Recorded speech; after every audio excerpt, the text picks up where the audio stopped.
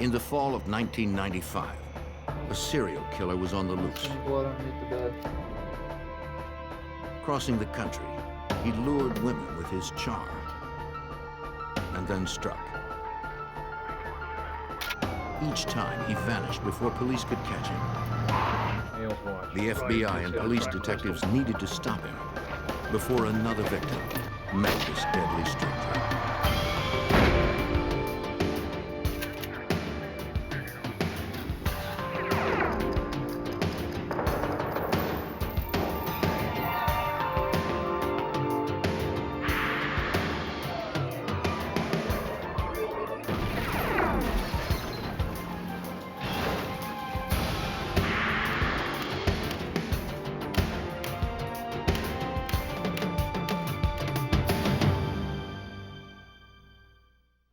The body of a young woman found burned in a truck launched a manhunt to find her killer.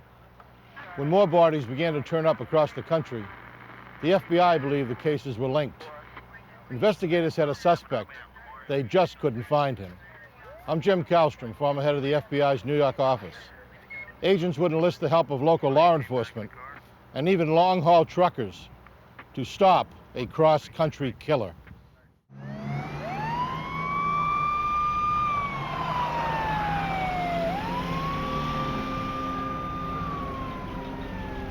In the early morning hours of September 29, 1995, the Los Angeles Fire Department responded to a vehicle fire at a hospital in Van Nuys.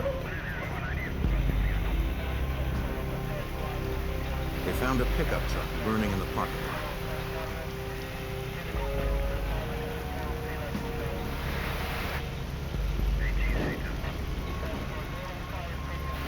When the flames were extinguished, they found human remains.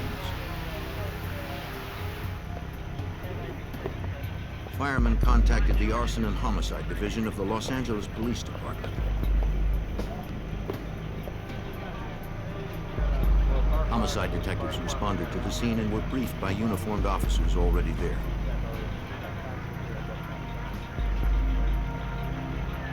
They questioned a witness, a nurse who had seen the fire start.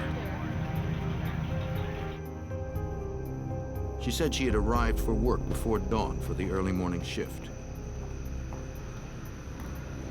In the parking lot, she saw the truck go ablaze. She saw the outline of a figure with long hair run from the truck as the flames erupted. She never saw a face. And she had never seen the truck before.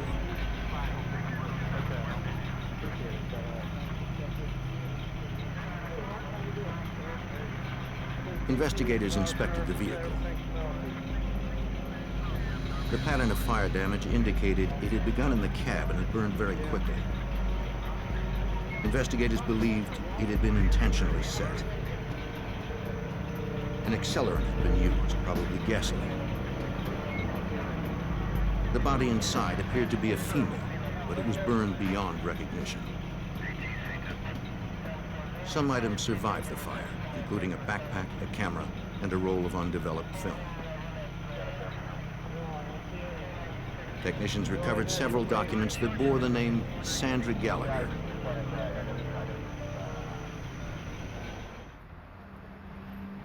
By sunrise, detectives at LAPD's Van Nuys station had run the truck's plates. Okay, I'll call back. Through DMV records, Detective Mike Koblenz was able to confirm that Sandra Gallagher owned the truck. We'd done some work at the office and learned that she was in fact married to an individual, Steve, who lived in the Los Angeles area. We attempted to contact him and made arrangements to interview him at Van Nuys Station. Detectives suspected it was Sandra in the truck, but identification through dental records would take a few days. Thank you. I have some things I'd like you to look at. See if you can tell me if they recognize. Since the body was too damaged to identify, detectives asked Stephen Gallagher to look through the recovered evidence. You recognize this person? He said the backpack, camera, and other items were Sandra's.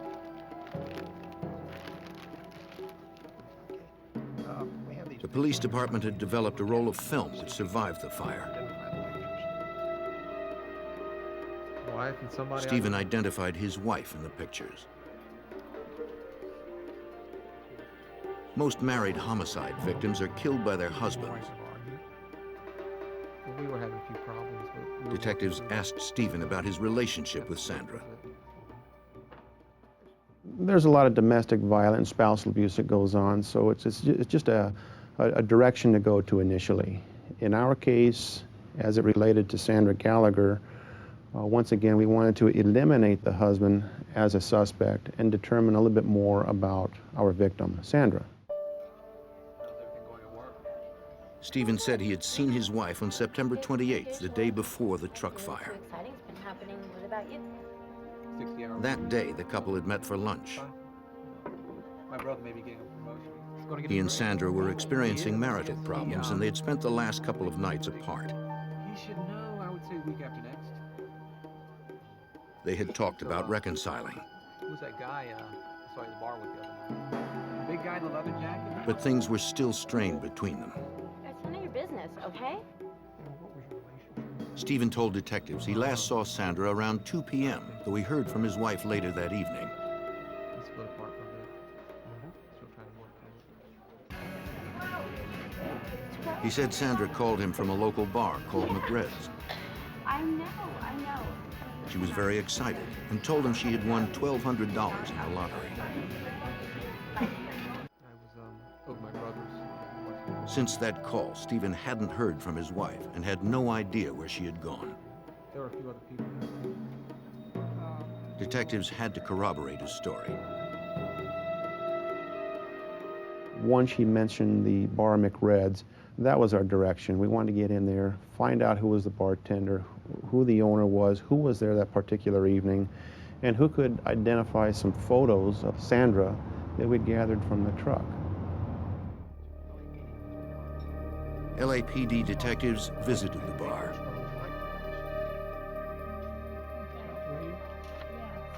When shown a photo of Sandra Gallagher, the bartender recognized the woman. Okay. What can you tell me about her?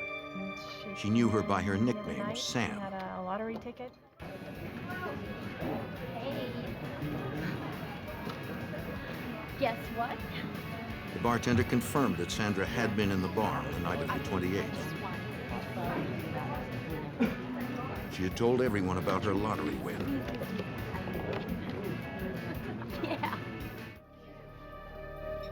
Some customers overheard the detectives' questions and said they had also been in McRed's that evening. Can you tell me about her when she was in here the other night? They also remembered Sandra and recalled one man who talked with her that night.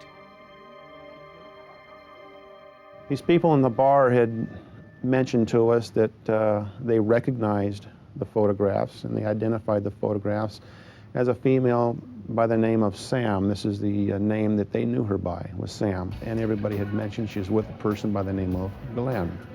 Yeah. They described Glenn as having long blonde hair and a beard. He'd been coming in regularly for the past few days.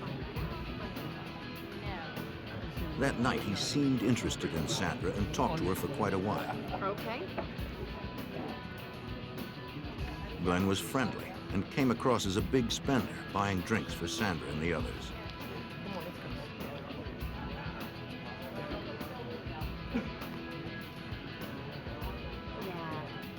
When the bar closed, Glenn had asked Sandra for a ride home. That's the big hint. I think we gotta get out of here. He said he lived nearby. She agreed to drop him off, and they left together. The customers hadn't seen Glenn since that night. Yeah, she took him home. Do you know where he lives? It was about 5 minutes. They believed Glenn's last name was Rogers, but they weren't sure. Or what time did he leave? Their description of him matched the one of the man seen fleeing the burning truck. If you think of anything else, please call me. Detective Koblenz would check the Thank you lead. for your help. Thank you.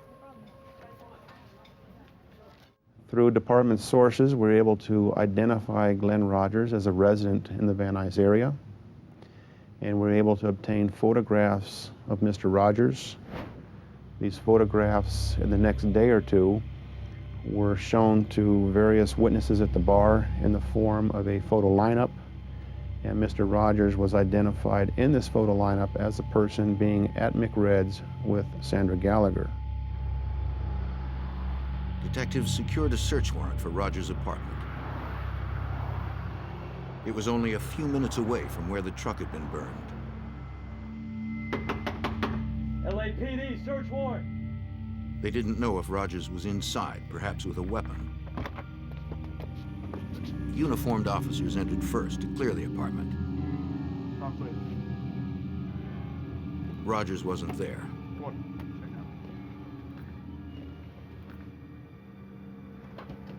It looked like Rogers had cleared out in a hurry.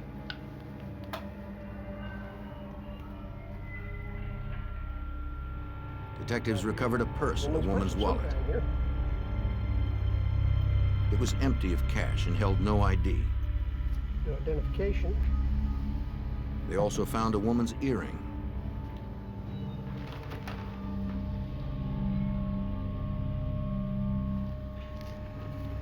The earring became significant in that her husband, Steve Gallagher, identified that earring as one that he had purchased as a pair for his wife a couple months earlier. After several days, the coroner made his report. He positively identified the remains from the truck as those of Sandra Gallagher. He determined that she had not burned to death. We learned in the nose area of our victim there wasn't any presence of evidence of fire, sooting, and so on. That gave us information that because she didn't breathe any of the fire, any of the soot, it gave us an indication that she had died prior to the fire itself. The mother of three had been killed by manual strangulation.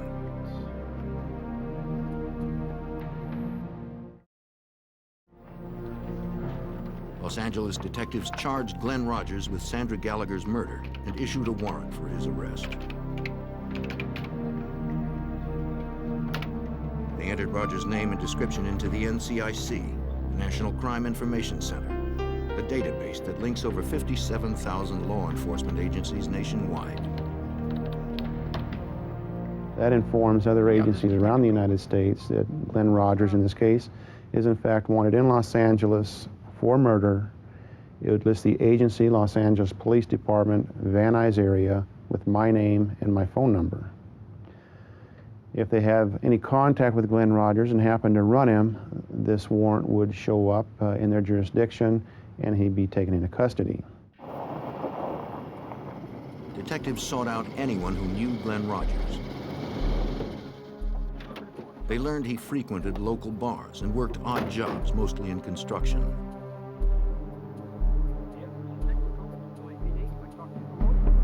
They visited several job sites, interviewing his friends and co-workers. Through witnesses and friends, we learned that Glenn did have a temper, and that when he drank, he did become enraged. There was domestic violence involved with former girlfriends.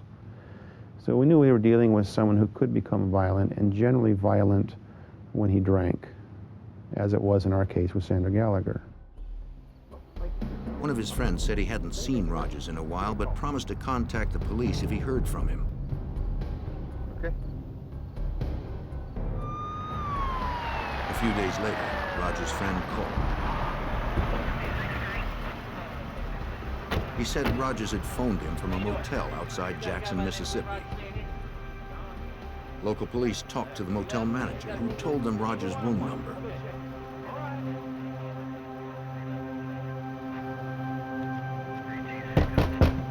Police, open up!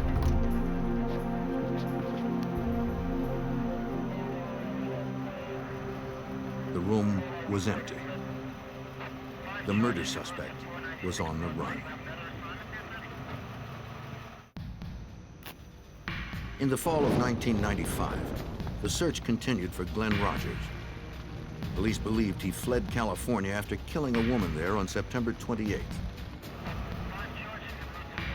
A tip led to a Mississippi motel, but Rogers had disappeared before police arrived. Police issued an APB locally. They hoped someone would spot the suspected killer before he left the area. Days later, on November 3rd, 1995, Jackson, Mississippi detectives responded to a murder. Family members had found Linda Price dead in her bathtub. The 34-year-old single mother had been stabbed repeatedly and her throat had been slashed. Investigators searched the apartment for evidence.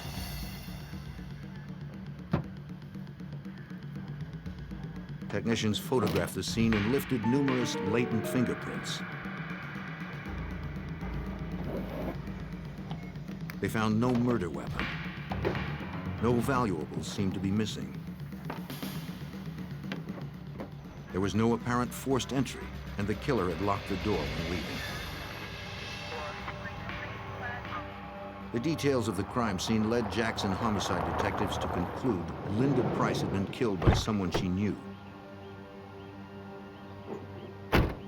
In the morning, they interviewed her mother.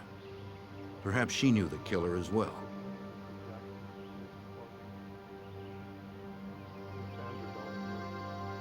She said her daughter had a new boyfriend.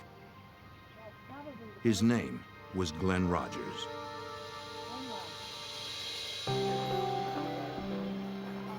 A month earlier, on October 3rd, Linda had met Rogers at the Mississippi State Fair where he had been working.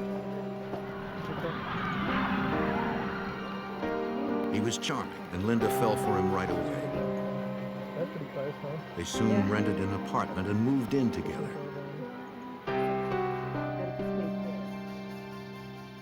At first, Linda seemed happier than ever, but recently she wondered if she'd made a mistake. She told her mother that Rogers had a bad temper and she feared his mood swings. When Linda stopped calling and didn't answer her apartment door, her mother believed that Rogers had harmed her.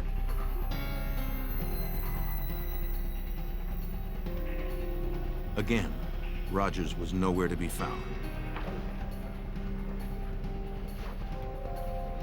Jackson detectives believed he had left the area.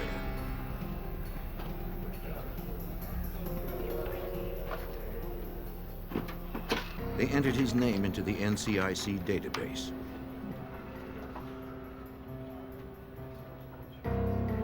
Learning Rogers was wanted for murder in California, they contacted Detective Mike Koblenz in Los Angeles. Jackson, Mississippi at that time contacted me, informed me of a murder they had, and they wanted more information on Glenn Rogers as he was a possible perpetrator in that case. The murders followed a pattern. The victims in California and Mississippi had both been charmed by Rogers. They had been isolated from others, then brutally killed just before Rogers fled the area. The investigators believed that Rogers was on a rampage that probably would not stop until he was found. In our minds, we knew that we had a major problem going on here. We felt if he wasn't apprehended, that there could very well be more victims. Jackson police asked the public to call if anyone saw Rogers in the area. Witnesses reported sightings, but Rogers stayed one step ahead of authorities. The detectives contacted the FBI field office in Jackson. Hey, Got the others pictures from the crime scene. I think you're gonna find. They believed Rogers had left the state like he did after the California killing. Agents filed a federal warrant for unlawful flight to avoid prosecution. Perhaps federal resources could help stop the killer. FBI Special Agent John Huber helped coordinate the multi-state investigation. This case was very high speed, very fast. The murder he committed in Jackson was on November 3rd, was Linda Price. Subsequent to that, he committed another murder on November 6th. On that date, police in Tampa, Florida responded to a murder scene at a local motel room that had been rented by Glenn Rogers.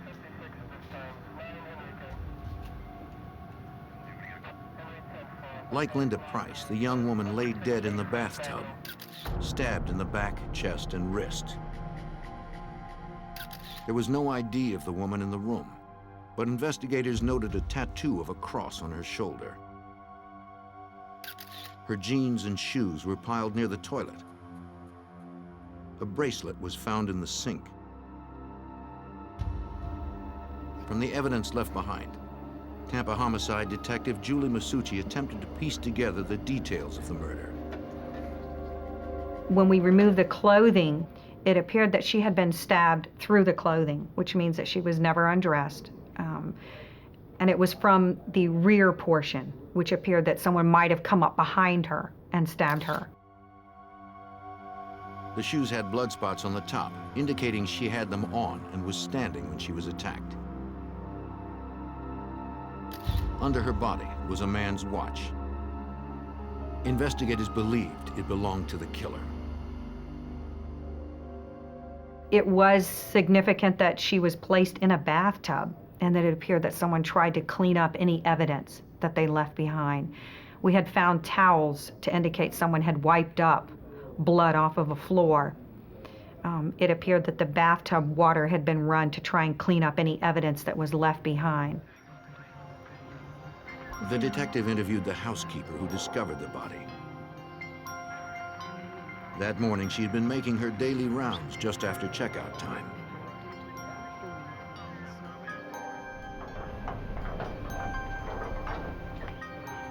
Outside room 119, she spotted a handwritten "Do Not Disturb" sign. Housekeeping!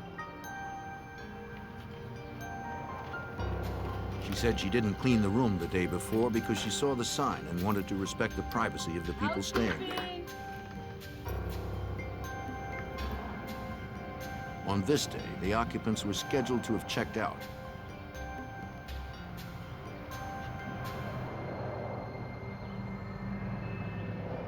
When she entered the bathroom, she made the gruesome discovery.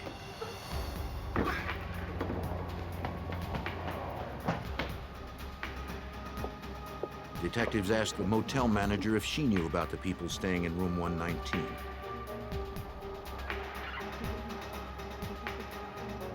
She recalled the man who rented the room because he requested a "Do Not Disturb" sign the day before.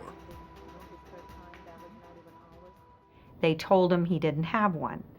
So he paid for another night and told them at the registration that he did not want them cleaning his room. He wanted it to be left alone. Apparently he went back to the room and tore off a piece of a phone book and made his own "Do Not Disturb" sign, and he hung it on the door. The motel manager remembered the same man packing up a small white car that evening. He had paid for another night, so she didn't think he was leaving. She warned him about recent break-ins at the motel and told him not to leave anything in the car overnight. Thanks. Good, I'll go.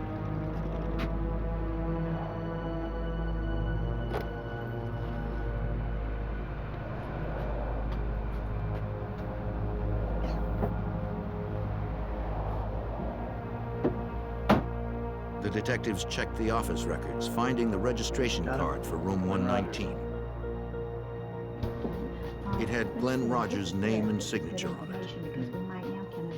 Technicians would later recover prints matching Rogers from the card. Detective Masucci ran a computer check and saw the California and Mississippi murder warrants. She contacted the other agencies and the FBI. Then we started to realize very quickly into the investigation that there was a possibility that this man, Mr. Glenn Rogers, was a serial killer. The investigators knew who the killer was, but Tampa detectives still had not identified the female victim. She remained at the morgue as Jane Doe. If they could identify her, it might help them find the man who had killed her and at least 2 others. In the fall of 1995, after linking murders in California, Mississippi, and Florida to one man, the FBI and local detectives searched for accused serial killer Glenn Rogers. The latest victim had been found in a Tampa motel room. She was still unidentified.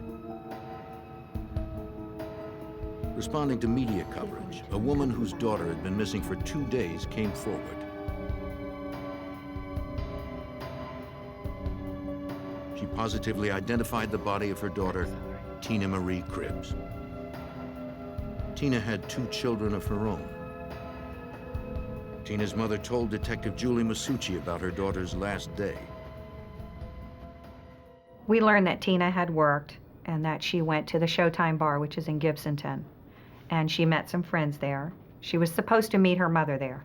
Apparently it's like a family bar where a lot of people go, and there's televisions in there, and they just go and gather and talk. Detectives visited the Showtime bar.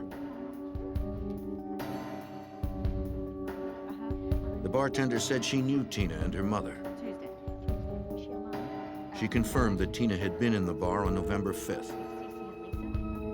The bartender also remembered that a man named Glenn was there the same night. How you nice ladies doing? He talked with Tina and the Let me others. do it for you, let the good times roll. So you want bartender? He bought a round of drinks with a $100 bill. The bartender said the man was very friendly and won Tina over quickly. She started talking to a gentleman that was... Eventually, he asked Tina for a ride home. He said his motel room was close and promised Tina would be back in time to meet her mother. Everything's taken care of, right? All right, great, thanks. Tina finally agreed and told the others she'd be right back. When the mother came to the Showtime bar, she sat there and waited, and her daughter didn't show up. So she said she started beeping her to find out where she was. And she said that she had such a close-knit relationship with her daughter that she immediately knew something was wrong when she didn't answer her pages. Detective Masucci also learned that Tina owned a white Ford Festiva, the same kind of car the Tampa motel manager had seen Rogers packing with suitcases. She updated the NCIC report on Rogers, adding the Festiva and its license plate number to the fugitive's information.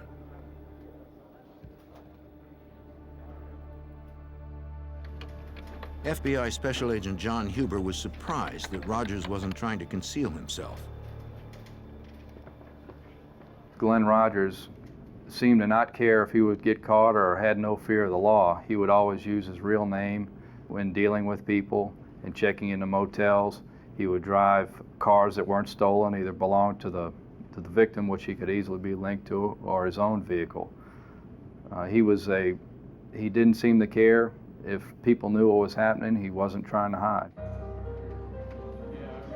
The search for the serial killer hit the news. TV stations across the Southeast broadcast pictures of Rogers, asking anyone spotting him to call authorities.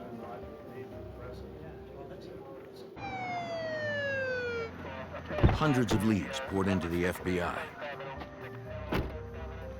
One promising tip came from a Jackson, Mississippi motel. 2 separate callers claimed to have seen Rogers there. Rogers had been in Jackson previously and was known to frequent small motels. We set up a perimeter around the hotel, and then we had an entry team go up to the door. Police, come to the door! Come to the door with your hands up! Come to the door! Hands where we can see them! Get your hands!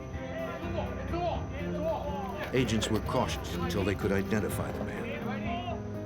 Put that on the wall! Where is it? Hands on the wall.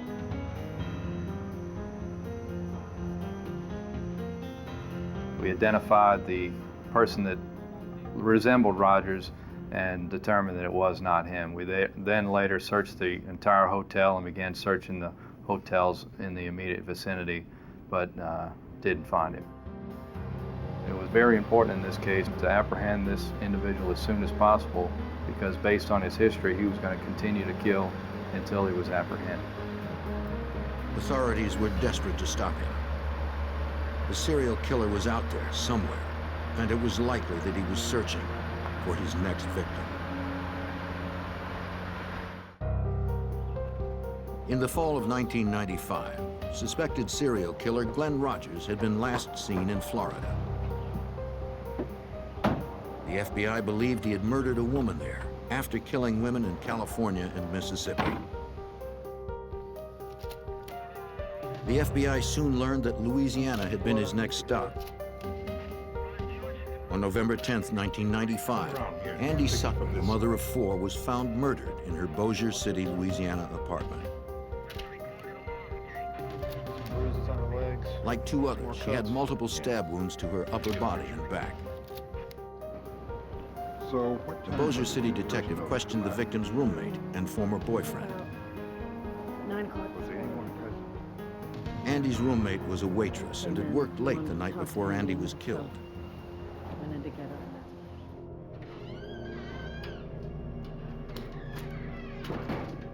When she returned home in the early morning hours, she heard the bedroom door close. She assumed it was Andy and her new boyfriend, Glenn Rogers, in the apartment's 1-bedroom. Blankets had been left on the couch, and so she slept there.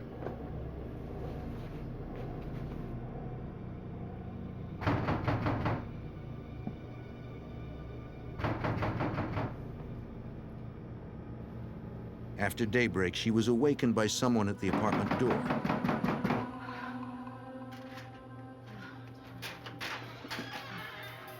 Would you tell Andy I'm here? It was Andy's ex-boyfriend. No, it's all right. I'm here now. I'd like to see Andy. He wanted to talk to Andy. I don't care. I'd still like to see him. Stay there. Andy? Andy? In the room, she found Andy's body under the sheet. She told detectives Andy had met Glenn Rogers in a bar. They had been dating for only a few days. Neighbors had seen Rogers leave in a white Festiva. Bossier City detectives ran Rogers' name through the NCIC and saw the 3 other murder warrants. They contacted the other police agencies and the FBI. Hey, detective, who's that facial record? Los Angeles faxed a photo of Rogers to be used in the local investigation.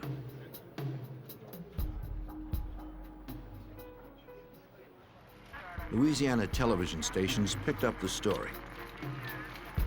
Viewers were asked to be on the lookout for Rogers, but they were warned not to approach the deadly fugitive.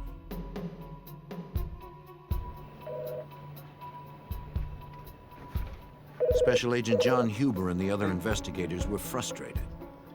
Yeah, you know it. Rogers was killing people faster than we could investigate where he was.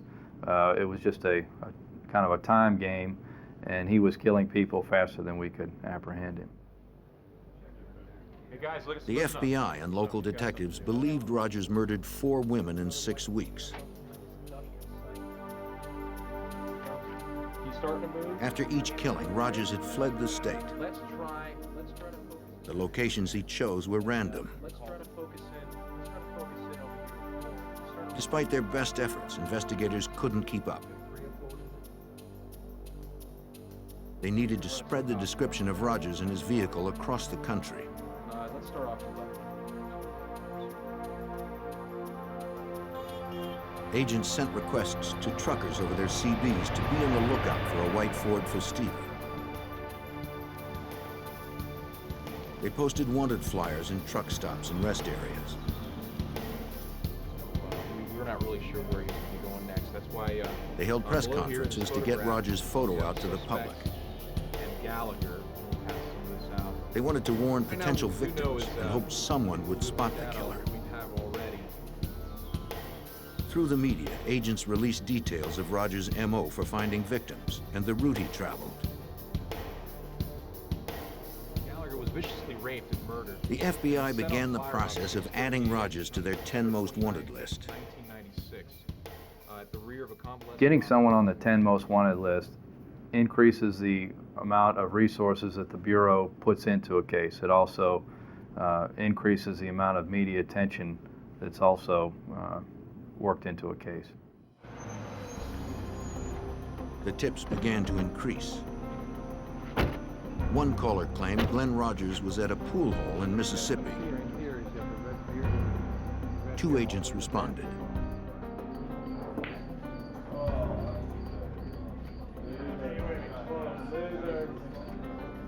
One of the pitfalls of an intense media campaign are the many false sightings that well-intentioned citizens call in. The man in the bar was obviously not Rogers.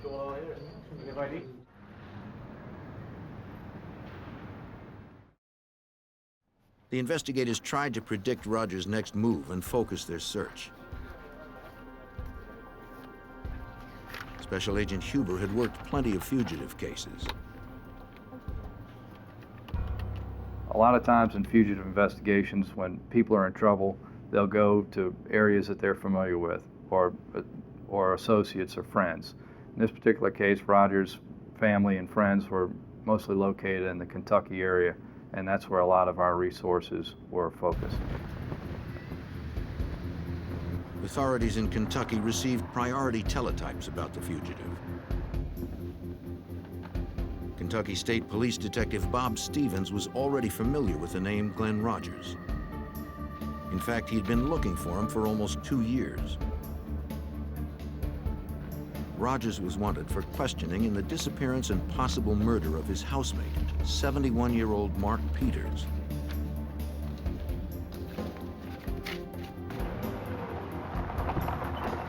Almost 2 years before Glenn Rogers' cross-country crime spree began, his brother had called the Kentucky State Police. Yeah, glad you're here. The body had been found inside his family's cabin.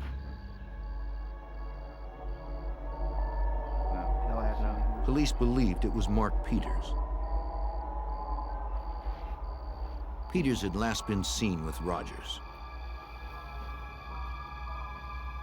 The cord tied around the corpse's hands and feet matched one found in the home the men shared. Authorities could not determine the cause of death, and they couldn't find Rogers. 1029 on its plate. The case is still ongoing and still pending. We had one suspect, which was Glenn Rogers. We weren't able to track Rogers real well due to the fact that he traveled by Greyhound bus, by tractor trailer, cars. It was hard for us to track him. So we had a hard time trying to know where his next step was.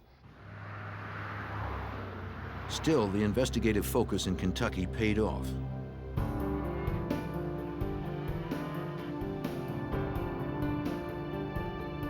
On November 13th, 1995, Glenn Rogers visited one of his relatives in Lee County, Kentucky.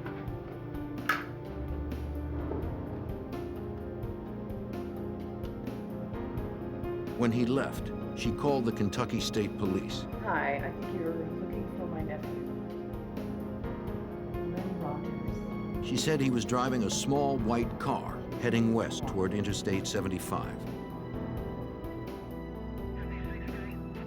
When Detective Stevens heard that Rogers was sighted nearby, he set up on the road he believed Rogers would take to I-75. It wasn't long before a white Ford Festiva drove by. The detective began following. I wanted to make sure that this was Glenn Rogers, not somebody else that I actually followed in behind. So I pulled out behind this car. When I ran the car tags actually came back stolen. So I began to follow him. I was able to pull up beside him like I was going to pass him. When I looked over, I could see who it was, and the picture I had of Glenn Rogers matched the driver.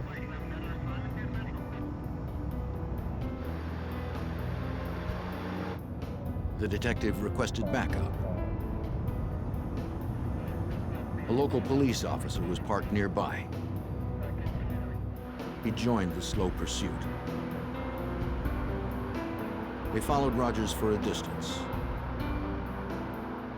I think he was kind of watching me, and I was watching him. And I think by then he must have pretty much figured out that he had a police officer behind him. So we pulled up to a stoplight, and he ran the stoplight and pretty much ran some people off the road as he was going through the stoplight. I fell in behind him at that time and activated my emergency equipment.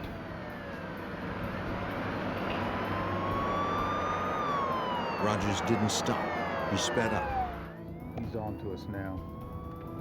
Stand by. Several miles ahead, police set up a roadblock and tried to clear the road of traffic.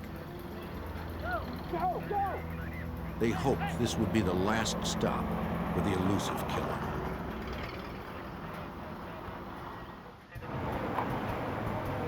On November 13th, 1995, Kentucky State Police set up a roadblock in an effort to apprehend suspected serial killer Glenn Rogers. Armed officers waited at the roadblock. Shoot his tires! Shoot his tires! They fired at his tires, but they didn't stop the killer. Detective Bob Stevens was close behind. We followed him down the road. He had run several cars off the highway, ran a school bus off the highway. He was driving on the wrong side of the highway. And so it was determined that he had to be stopped. Sergeant Barnes was able to get up the other side of him, and when he came back, he tapped him, spun him out of the highway, off the highway into a ditch. They didn't know if the fugitive was armed. When I first approached the car, and I was one of the first ones to approach the car, you could see that he looked very upset, very aggravated that he was in the custody. He was very defiant and just didn't want to be taken into custody at that time.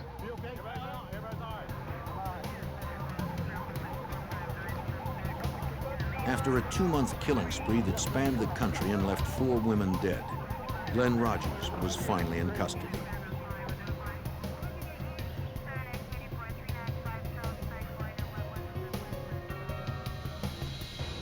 The vehicle identification number of the white Festiva confirmed the car belonged to Tina Marie Cribbs, the victim in Florida. Technicians scoured the car for evidence. They found shorts with blood on them, a blanket, and a woman's purse. These and other items linked Rogers to the murders in Mississippi, Louisiana, and Florida.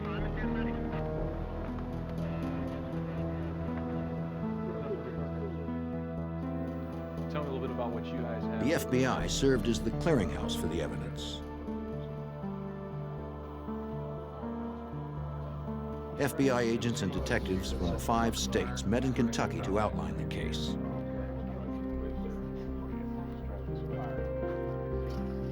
Special Agent John Huber helped plan the meeting. What they did do was put together all the information that everyone had, share information, and also that the FBI laboratory would process all the evidence in this case so that one agency would have custody of all the evidence and do the analysis. Agents and detectives agreed that their best case against Rogers was in Florida. Tampa detective Julie Masucci met with detectives and prosecutors to review the evidence.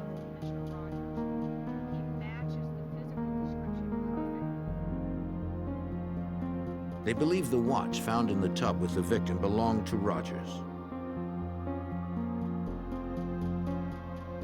A photograph of Rogers with Mississippi victim Linda Price revealed he wore that type of watch.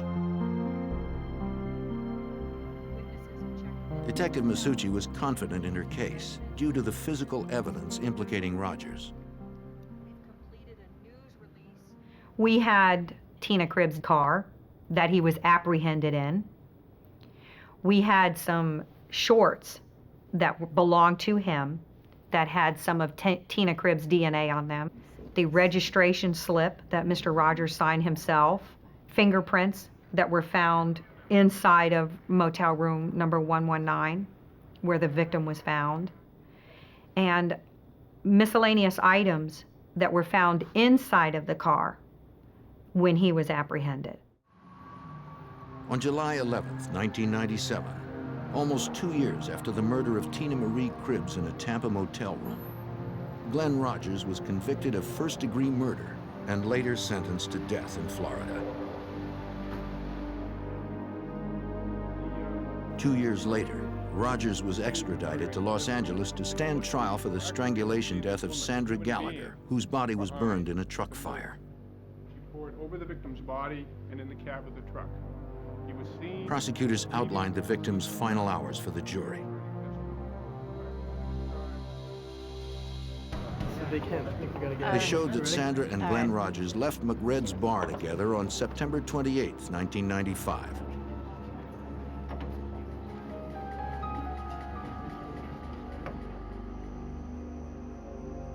At some point, there was a struggle, perhaps as Rogers made an unwanted sexual advance. He strangled her, crushing her windpipe.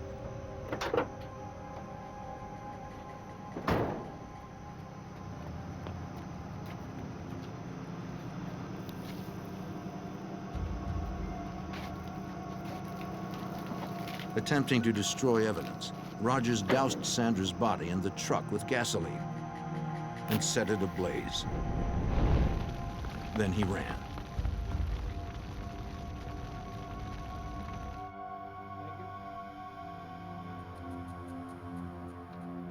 On July 16, 1999, a jury again found Glenn Rogers guilty of murder. He was sentenced to a second death penalty in the state of California.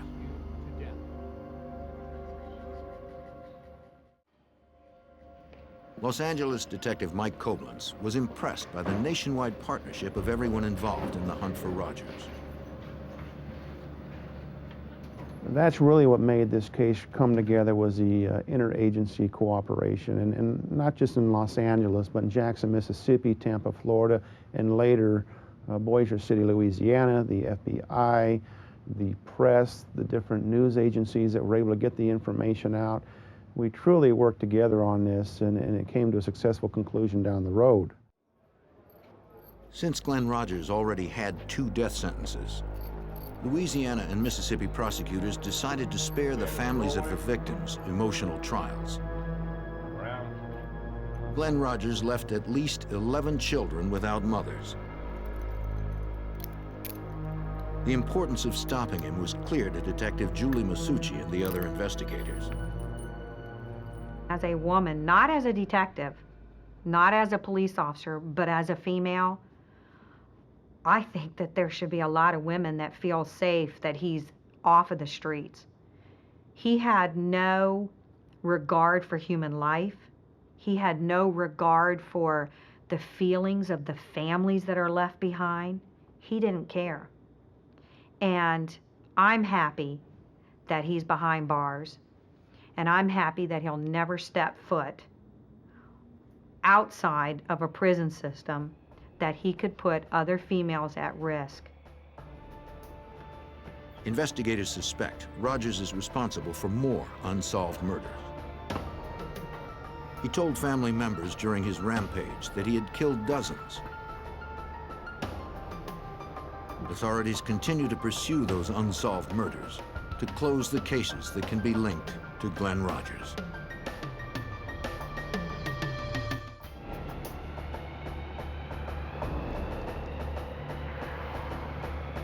At the height of its popularity, Chippendales' exotic male dance troupe played to sell-out crowds. People across the country shelled out millions to see them. Then one of the founding partners was murdered, and New York City police were left with no leads. When a suspect finally did emerge, the chase would take the FBI to another continent in the hopes of solving the Backstage Murder.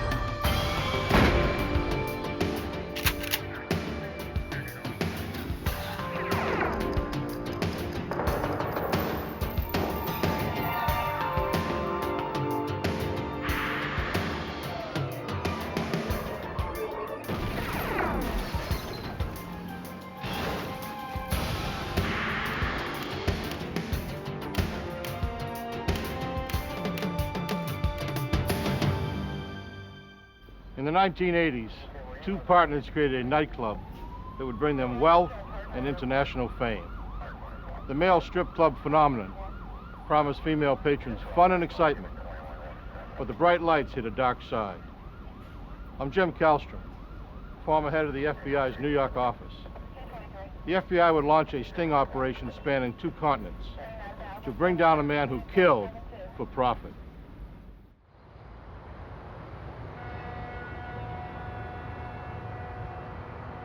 New York City is famous for its show business tradition. Within a 4-block radius of Times Square, hundreds of offices are rented by producers looking for their next hit. One such place was on the 15th floor of a building on West 40th Street. In 1987, it was home to Unicorn Productions. Nick DeNoia was its founder and president. Curiously, the 5-time Emmy Award-winning children's television producer became best known as the producer and vice president of Chippendales, the exotic male dancers. On April 7th, 1987, he was gunned down. Nick. A colleague heard the shot.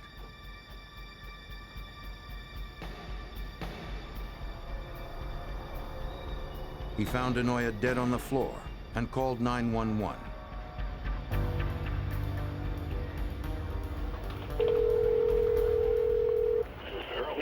Oh, yes. A man has just been shot in my office. Hold on, please. I have to connect you with the ambulance service. Oh, please. Certainly. Emergency vehicles arrived moments later. NYPD crime technicians gathered evidence. They recovered a shell casing from a 9mm automatic weapon.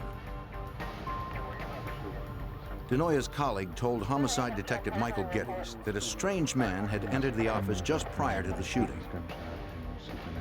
He said maybe about a half hour ago, or 45 minutes ago, somebody came into the office and said to him, "Are you Nick?"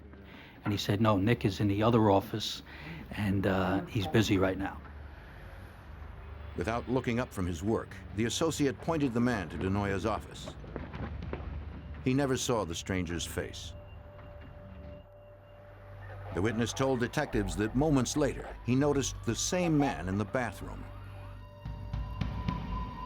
While he was in the bathroom, he heard this guy leaving the bathroom, and a couple of seconds later, he heard the door to his office open up. And then he heard a gunshot.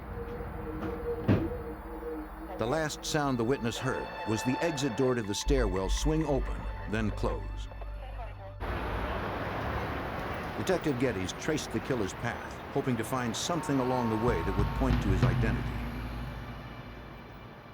I took down the route that I thought that the shooter might have taken to see if there was any evidence or anything. And I ran down the 15 floors, I believe it was. And when I got down to the end, there was 2 exits. One would lead to the lobby area, one would lead to the freight elevator area. So I exited out of the freight elevator area, then came back in and exited out of the lobby area just to get a feel for the scene. On the ground floor, detectives investigated the freight area. They dusted for prints, but were unable to lift any that were usable. The freight elevator operator had seen a man run through the door and out to the street. He recalled that the suspect wore jeans and had dark hair. He also gave us the exit of how the fella came out of the building as he exited the building on 40th Street, and when he came out, he made a left towards 8th Avenue. Upstairs, 2 city detectives arrived with Nick DeNoia's brother Val from New Jersey to identify the body. The men had been close.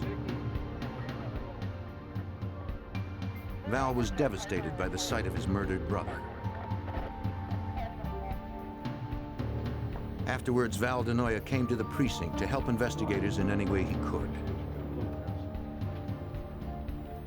Nick's brother wanted the case solved as soon as possible. Detective Geddes hoped Val knew something that could provide a solid lead. Being a detective, one of the hardest things to do is to tell somebody, you know, that, hey, we're not going to be able to solve this case right away unless you know something that can help us. And I explained to him at that time, I said, look, if it was something that happened here in the New York area, maybe it was a business relationship here or a relationship, a love relationship, or some kind of emotional type of relationship, we have a good shot of solving that crime right away. For Val DeNoia, one name came to mind, his brother's business partner, Steve Banerjee. Banerjee had known Nick DeNoia since the early 80s. Val told the detective that his brother met him in Los Angeles.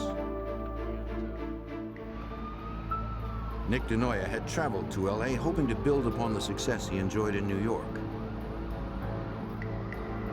The 5-time Emmy Award-winning producer fielded many offers, but one man in particular was relentless in his pursuit. Steve Banerjee, the East Indian immigrant and entrepreneur who had dreamt up Chippendales' male exotic dance revue, wanted DeNoia to fashion a more refined act. Though ladies-only nights in LA were extremely popular, Banerjee wanted a dance troupe worthy enough to draw audiences in New York and Las Vegas. He believed that Nick DeNoia was the man who could make that dream come true. Val DeNoia said that his brother was reluctant at first, feeling the act was too sleazy. When Banerjee promised him all touring rights and 50% of its proceeds, DeNoia accepted the offer. Nick polished the routine and booked the troupe at Club Magique in New York. The newly styled Chippendales dancers became an instant hit. But shortly after his success, Val told the detective that Nick's relationship with Banerjee had soured. Banerjee demanded a larger percentage of the touring profits, but Nick refused to give in. They were always constantly arguing, and they were arguing about different ends of the business, and, you know, it's just like regular business partners, you know, but they were having trouble. And DeNoia was starting to take his troupe out, and he was going to form a new business. Was doing very well. In the weeks prior to his death, Nick was negotiating touring deals for a troupe he designed to compete directly with Chippendales. Stealing market share from Chippendales could cost Banerjee millions. Val offered the detectives his brother's financial records. NYPD set up surveillance at Nick DeNoia's funeral since detectives suspected he'd been murdered by someone he knew. Nick's brother would help identify as many mourners as possible. Nick's partner, Steve Banerjee, was among those who paid their respects. The following day, investigators phoned Banerjee in California to inquire about his relationship with his late partner. For Detective Geddes, the interview had a subtler agenda than fact-finding. We were trying to get what we call a negative interview, you know, where if he says, no, I had nothing to do with it, we were great friends, and things like that, just to try to disprove things that were starting to be said, so if later on it was involved with him, we could just tie it all together. You know, it's, like I said to you, it's Banerjee never contradicted what police already knew. You know, he acknowledged that he and DeNoia did not get along, and admitted that he was upset that his partner had formed a new dance troupe. Someone who could verify that for you. Any help that I can do, officer. Banerjee added that on April 7th, the day of the murder, he had been in Los Angeles the entire day. Yeah, you know.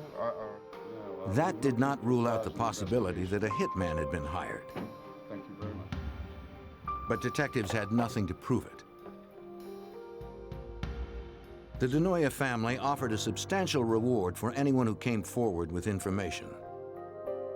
Police received several calls, but none panned out.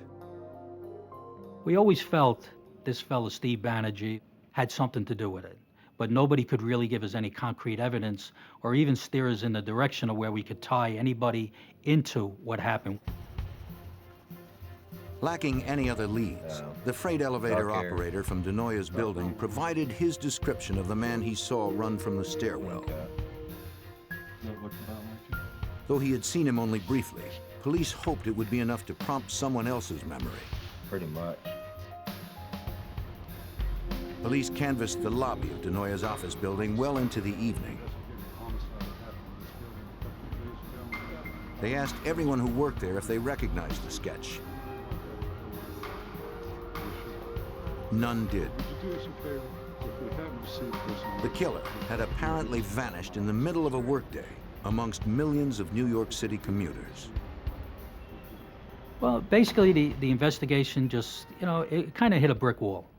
And we really weren't going anywhere with it. We had a sketch that was out there. There was a reward that was out there. There was we even put it on television, trying to get some assistance, figuring if the person that did this was from another state, that somebody would give us the information. But we constantly hit that brick wall, and it wasn't going anywhere. No new leads surfaced. To New York City police, it looked as if the killer had gotten away with murder.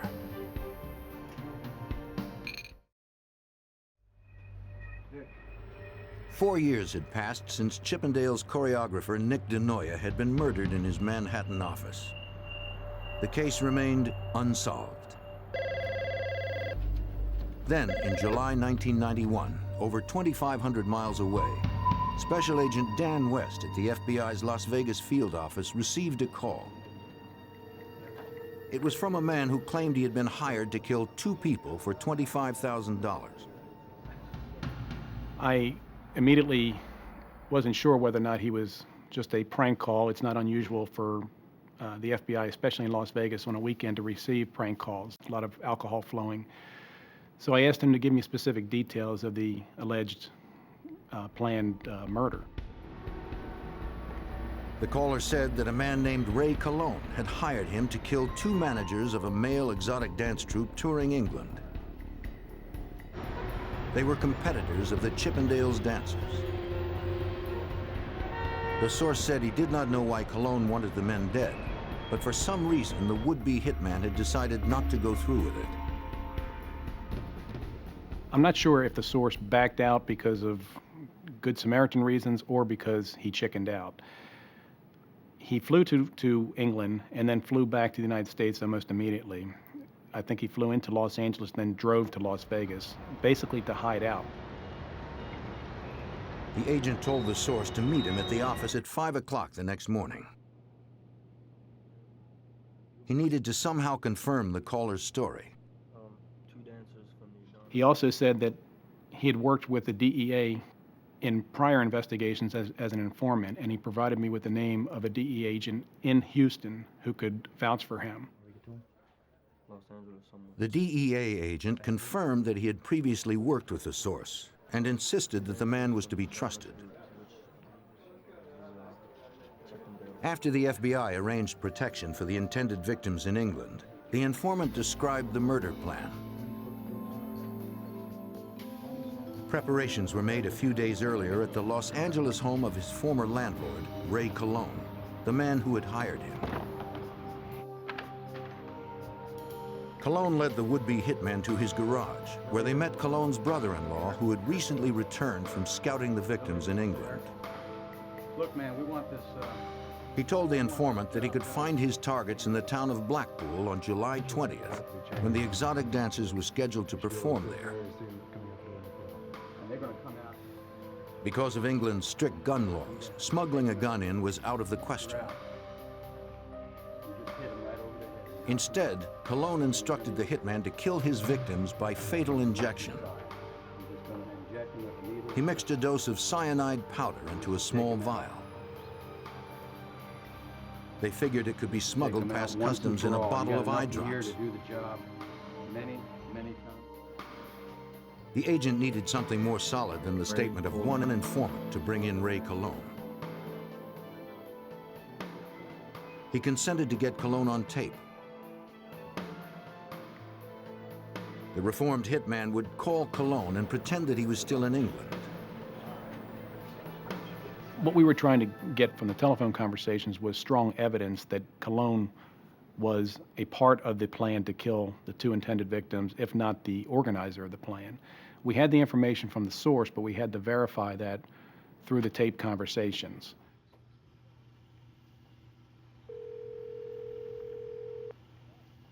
Hello? Ray! Yeah. Barry, buddy!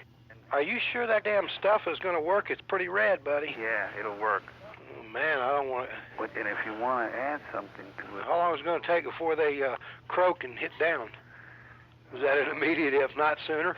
Yeah, right. That's probably potent. You can even put a little, if you want, a little Drano on there if you want. Well, it's gonna kill them right away then, huh? Okay.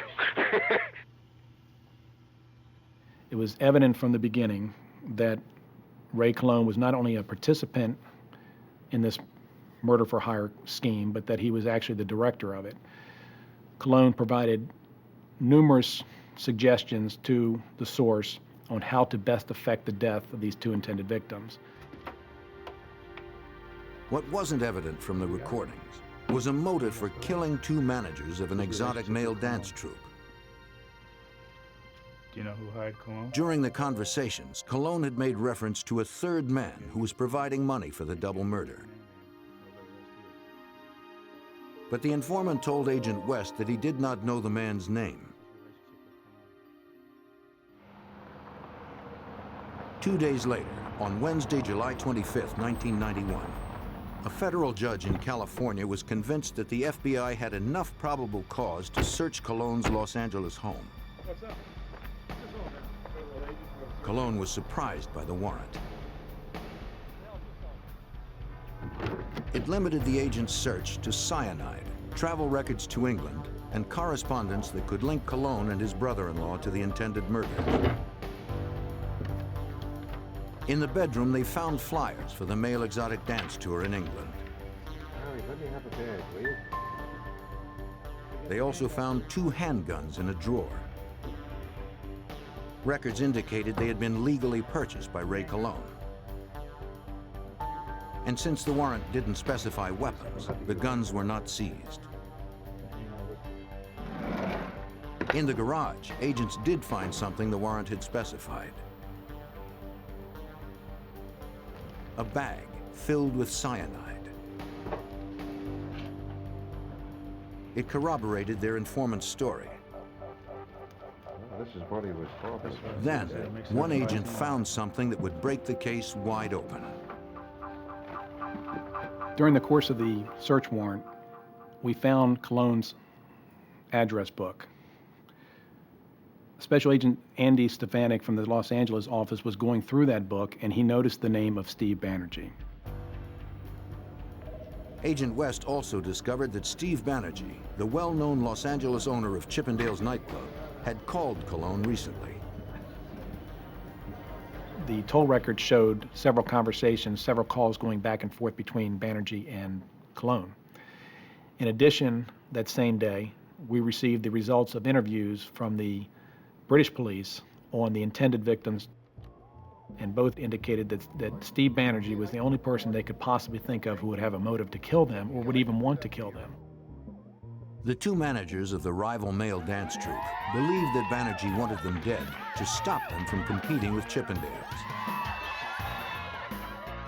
This was the same motive that New York authorities suspected was behind the murder of Banerjee's former business partner, Nick DeNoia.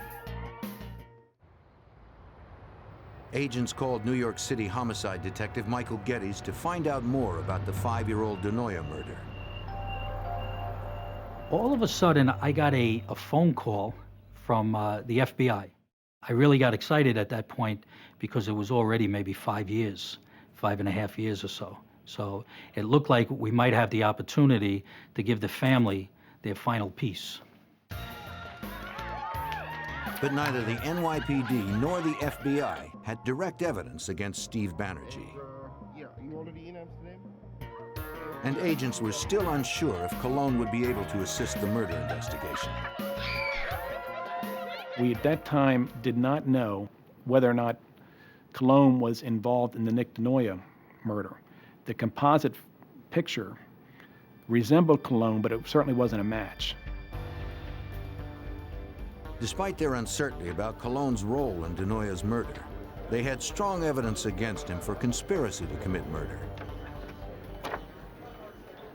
Faced with stiff jail time, the FBI believed he would talk.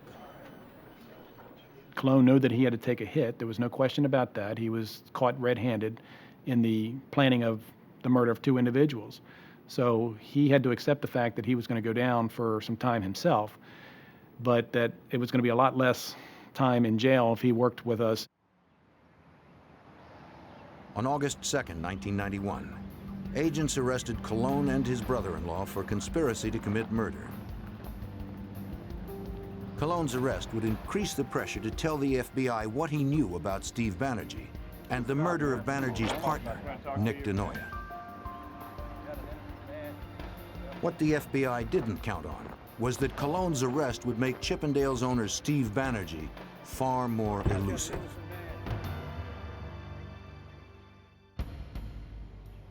In August 1991, the FBI arrested Ray Cologne and his brother-in-law in Los Angeles for conspiracy to commit murder.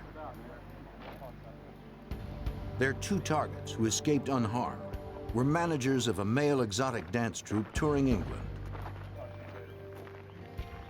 Agents believed that a 3rd man, Steve Banerjee, creator of Chippendales, had hired them to kill the men. Watch your head. Special Agent Dan West needed more than a hunch to arrest Banerjee. He hoped that Ray Cologne would provide something more solid. He knew that, that his best chances of getting the best deal were to cooperate with the FBI.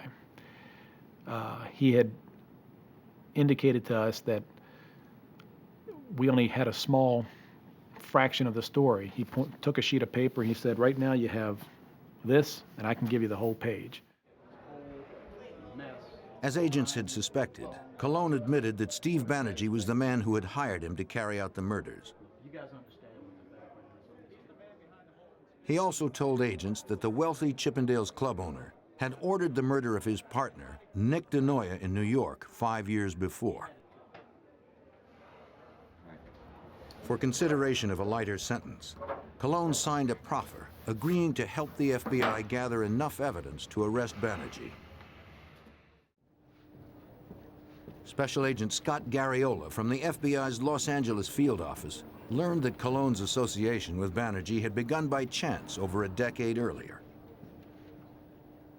Cologne had lived and managed an apartment building on the same street where Chippendales Los Angeles Club was.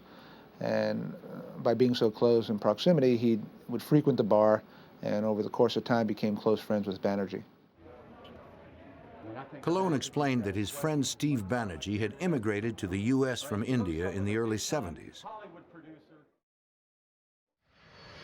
In 1973, the future millionaire opened a gas station north of the Los Angeles airport. He used the profits to purchase a failing West Los Angeles bar, and by 1976 had turned it into the nightclub that became famous as Chippendales. By then, Cologne had parlayed his friendship with Banerjee into employment. The out-of-work musician was happy to perform any job that Banerjee needed done. Right off the street. One service Cologne provided was arson. Banerjee wanted his competitors eliminated. Cologne confided that Banerjee directed him to burn down nearby competition. A disco in Santa Monica was the first target in 1979. 5 years later, Cologne torched another club. Neither arson attempt had been successful, and the clubs remained open. Banerjee didn't limit his targets to buildings. According to Cologne, Banerjee also ordered him to hire a hitman to kill his partner, Nick Denoya. Cologne added that Denoya had successfully sued Banerjee to prevent him from touring a second Chippendales dance troupe. The lawsuit, combined with costly merchandising overruns, forced Banerjee to file for bankruptcy. As instructed, Cologne hired a hitman 3 months earlier. Right off the street. He claimed he remembered only the man's first name, which was Louis. On the day of the murder, Cologne and Louis flew in from LA, rented a car, and drove into Manhattan. Cologne waited on the street with the engine running until Louis returned from shooting Nuys. The following night, Cologne was back in Los Angeles. In Chippendales' parking lot, Banerjee paid Cologne $12,000 cash, the balance of the original $25,000 fee. Cologne's story was good, but it was only hearsay from a suspected conspirator. He might say anything to serve less jail time. Special Agent Garriola first needed to verify the facts Cologne had presented. At this point, all we had was somebody in prison telling us, well, it wasn't me, it was somebody else who was behind it. Your initial plan is to corroborate as much as possible what he's telling you. And that's what we did for the first couple of months. With Cologne's credibility secured, the FBI set out to get Banerjee and the hitman who killed his partner. Agents figured the only one Banerjee would trust enough to confess to would be his old friend Ray Cologne, but they needed to get Cologne close enough. We had Cologne released out of the jail where he was being housed under a proposed medical furlough because of his health problems. And we started sending communications to Banerjee via letter, messenger-delivered letters, and cryptic phone calls to try and get Banerjee to respond to him. Banerjee refused to return calls or letters. He was suspicious of Cologne, despite having paid him over $200,000 at various drops around the city to keep Cologne loyal since his arrest. The FBI came up with another plan to compel Banerjee to respond to Cologne. We decided to force the issue and set up a meeting on our own terms. And we had Cologne waiting across the street from Chippendales one morning. As agents watched, Cologne called to Banerjee when he emerged from the club. The Chippendales owner was curious as to why Cologne was standing outside his establishment. Banerjee spoke to him in whispers, suspecting he may be wired. Agents had no way of knowing what Banerjee might be planning. We took several precautions. You know, if he hired somebody else, Cologne, to kill somebody, why wouldn't he hire somebody to kill Cologne? Hoping to strengthen Banerjee's trust, the released prisoner provided the address of a bar where the suspected murderer was to send more money. Banerjee didn't trust Cologne, but he couldn't afford to ignore him. He told Cologne to pick up his payment the next evening. Agents set up surveillance on the bar. At about 9 o'clock, agents observed Banerjee stopping in front, checking the address, and then driving away.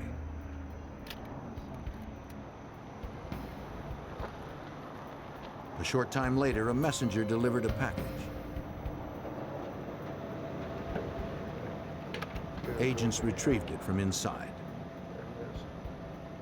When we contacted the messenger company that had sent the package, the pickup location where the package was received from was a bakery that was right next door to the building where the Chippendales dancers were practicing and rehearsing.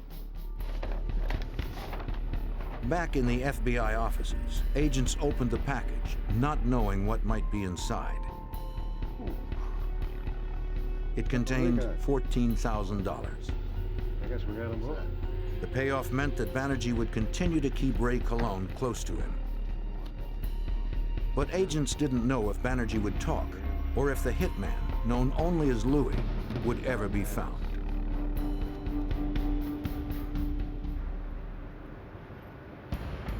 In the summer of 1992, FBI agents continued to surveil Chippendales club owner Steve Banerjee. He was suspected of ordering the murder of his partner more than 5 years earlier. Ray Cologne, hired by Banerjee to arrange the murder, had been arrested and was cooperating with agents to capture the wealthy club owner. Wearing a wire, Colon met the East Indian entrepreneur at a hotel in Santa Monica, hoping to get his confession on tape. Special Agent Scott Garriola and his team were stationed nearby. Banerjee immediately motioned for Colon to join him in the men's room. When the two of them went into the men's room, and Banerjee told him to be quiet, not to say a word, he searched Colon about 3 times looking for the wire. Agents worried about what the suspected murderer might do to Colon if he found the wire. Colon's life depended on the FBI's skills at concealment. All right? Okay. Banerjee never found the wire, but it was clear that he did not completely trust his longtime friend Ray Colon. Out in the lobby, Banerjee insisted they communicate through notes instead of speaking. Agents recorded only scribbles and whispers. Banerjee wanted to know how much Colon had told the FBI and what they knew about, quote, the deed. Colon knew the deed referred to the murder of Banerjee's partner. The former musician denied that he had said anything to federal agents. Once again, we were unsuccessful in getting an audible recording due to the fact that Banerjee basically whispered throughout the whole thing and wrote notes. And when Colon would raise his voice and try and talk, Banerjee would shush him basically by putting his finger to his mouth and saying, "No, we can't talk." Banerjee gathered the notes and returned to the restroom, this time alone. Despite his doubts about Colon's loyalty, Banerjee handed him another payment, this time in plain view of agents. The package held $30,000, more than twice as much as the first. Unfortunately for investigators, there was nothing illegal about giving Colon cash. On its face, it's basically a loan for attorney's fees for Colon. Without the story on tape of how Colon and Banerjee were partners in these crimes, the money basically was not going to be able to do anything for the case. After Banerjee's Mercedes was out of sight, agents hoped to retrieve at least a portion of the notes from the meeting.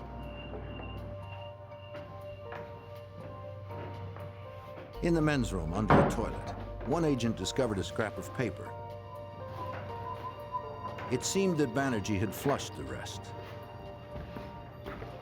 Though it held only a small pen mark, it would help corroborate Colon's story when it came time to testify at trial.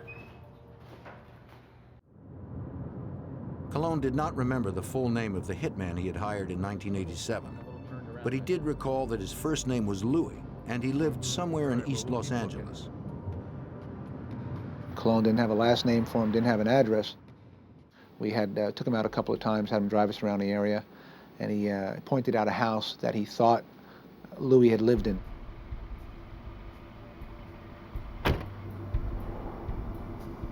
Colon's memory proved correct. The woman who answered the door was Louis's mother. Since she did not know Colon, she refused to tell him where her son was. Colon told her that he wanted to provide work for him and handed her his card. In a few days, Colon received a call. Unfortunately, what we came across was Louis's brother, Andy, and we had to establish a relationship with Andy to try and find out where Louis was. So we had Colon talking to Andy about various things. He needed to hire Louis back for a job, same job he had completed a few years prior. After about a month, Andy finally told Colon that he could find his brother, Roberto Rivera Lopez, in Los Angeles' county prison. Rivera, whose nickname was Louis, was serving time for possession of narcotics and would be out of jail in a few months. As a heroin junkie, He would need fast cash after his release and wanted to know more about Colon's offer. Colon laid the groundwork once again for this new job that he wanted Rivera to help him with. And the plan that we had set in motion was that there was a witness to the homicide in 1987, and that Louis needed to go back and take care of that witness. Near the end of 1992, Colon met with the hitman for the first time in 5 years. With their conversation being monitored, the FBI informant slowly drew Louis Rivera in, detailing a new murder plot. If the FBI ever hoped to get the hitman confessing on tape, it had to be now. His release date on the charge he was incarcerated for was, I believe, January 17th of '93. We were running up against the clock. And one of our concerns was that, we had laid the groundwork for Colon and Rivera, that when Rivera got out, he was supposed to contact Colon to go and kill this witness. Agents' worries were laid to rest. On Christmas Eve 1992, Rivera described his role in the murder of Nick DeNoia. At 3:30 p.m. on April 7th, 1987, Louis arrived on the 15th floor of DeNoia's building disguised as a messenger. The place was empty except for one man in the outer office.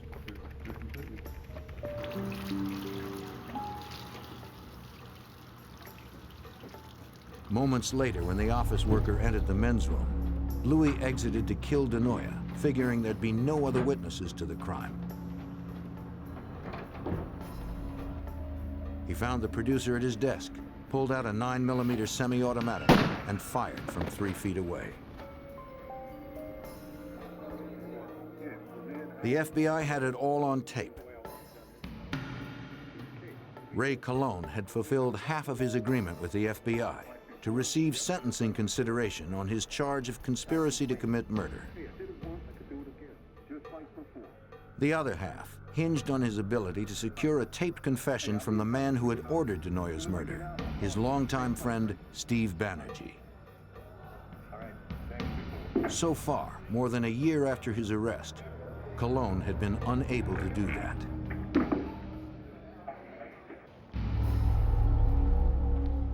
By January 1993, the FBI's cooperating witness, Ray Colon, had been unable to convince murder suspect Steve Banerjee to discuss aloud the crimes they had planned together.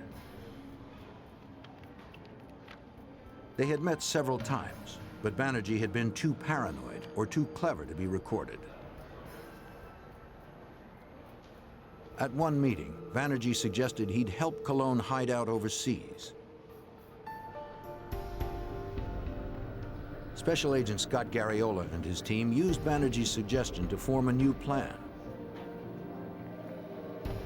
Perhaps Banerjee could be lured overseas to talk to Colon on foreign soil. I don't think it was too difficult on Banerjee's part to accept the fact that Colon was going to go overseas. I mean, he wanted to be rid of Colon. He knew Colon was the only person that could tie him into these various crimes dating back to 1979. Since Colon was still on Banerjee's payroll, agents believed it was likely that he would visit Colon in person to be certain that Colon had what he needed for an extended stay. Banerjee wanted Colon out of his life permanently. The FBI selected Rome as their destination, since Italy's laws and police force are well adapted to surveillance investigations. Agents made extensive preparations before they arrived.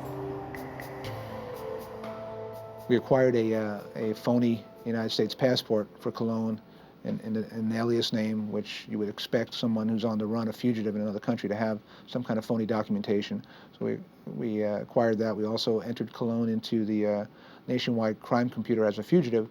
So in the event Banerjee had some kind of private investigator or someone check the computer, it would show that there was a warrant out for Colon's arrest because he was now a fugitive. With the cooperation of the Italian authorities, the FBI secured an apartment for Cologne in Rome that was wired for recording. When everyone was assembled, Cologne placed a call to Banerjee in California. The East Indian murder suspect understood that Cologne would use the code name Mr. Underwood when he called. Yeah. Hey, this is Mr. Underwood. How you doing, Steve? So when can you come and discuss the particulars?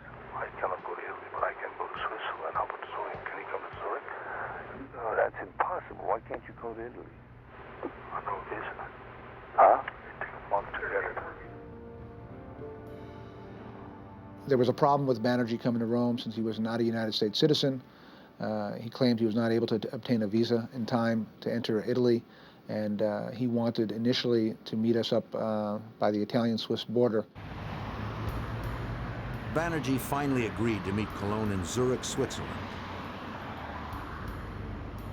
The FBI had only a short time to make the new arrangements.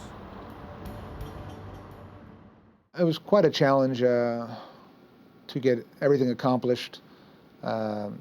Basically, this was a Friday, I believe, and it was basically one day since no one worked on a weekend back in the States. We had to get everything, all the necessary approvals for the travel, the country clearance. We had to get the U.S. Attorney's Office to contact, through a mutual legal assistance treaty, contact their counterparts in Switzerland to get the authority, the legal authority to do the consensual recordings. It was quite arduous, to say the least. We will take Despite the brief turnaround time, the FBI and Swiss authorities would be ready. across towards the main door. The plan was to wire Cologne for a meeting in the hotel lobby. Afterwards, the informant would suggest continuing the meeting in his hotel room, which would be equipped with audio and video devices planted by a special unit of the Swiss police.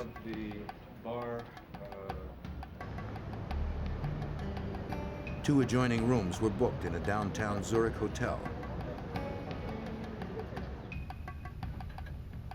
One room they wired for picture and sound.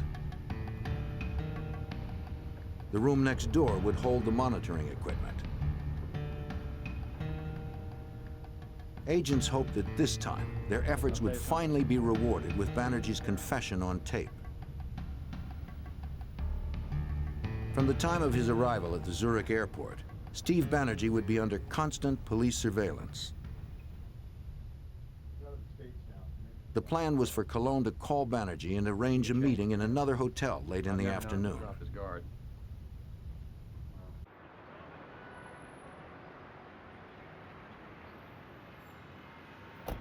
As planned, Banerjee arrived first. Undercover agents and Swiss police were stationed throughout the hotel dressed as staff. He waited in the bar where he was expecting Cologne's call.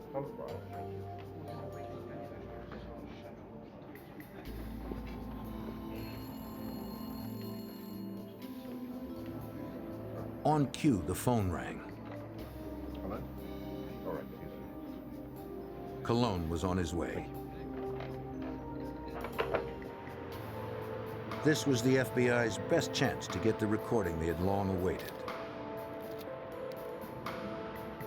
To be sure Banerjee's voice was taped clearly, they hid the wire inside Cologne's outermost layer of clothing, his coat. But Cologne seemed nervous and removed his coat when he arrived. As a result, investigators could no longer hear the conversation. Years of pursuit hung in the balance. It seemed unlikely that Banerjee would agree to meet Cologne again anytime soon. We had ourselves a major problem. So what I initially did was, since I was monitoring the conversation from the outside, I went into the doorway of the restaurant, and hopefully in Cologne's line of eyesight, and I took my jacket off a couple of times, hoping he would get the idea to put his jacket on. Nobody's going to come back out. Okay. The receptionist. But the agent couldn't get Cologne's attention. Testimony isn't going anywhere. The informant was apparently too nervous to look anywhere except directly at Banerjee. The Swiss police, they came to our rescue. They went in there and they closed the whole restaurant down. They went in and talked to the owner, the manager of the restaurant, said, hey, we got a little problem. We need to shut this restaurant down. Fortunately, there weren't too many customers in there, and basically they closed the restaurant down, which forced Cologne and Banerjee to leave the restaurant. After moving to a noisier bar in the hotel, Cologne suggested they'd be more comfortable relaxing in the room where Cologne was staying. Cologne arrived first. He was met by a Swiss technician who attempted to strip the wire from his jacket before Banerjee arrived. Cologne's device was an unnecessary risk since the room itself was wired. We didn't know what Banerjee was going to do once the two of them were in the hotel. They had gone from a public place to strictly a private place, and we were a little concerned at this point for what Banerjee may have up his sleeve. Undercover agents alerted the surveillance team that Banerjee had arrived on Cologne's floor. The Swiss tech retrieved the wire and stepped into the adjoining room.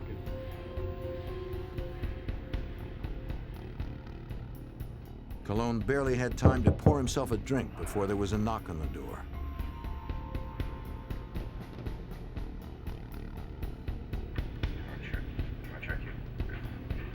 The first thing Banerjee did was check Cologne for wires.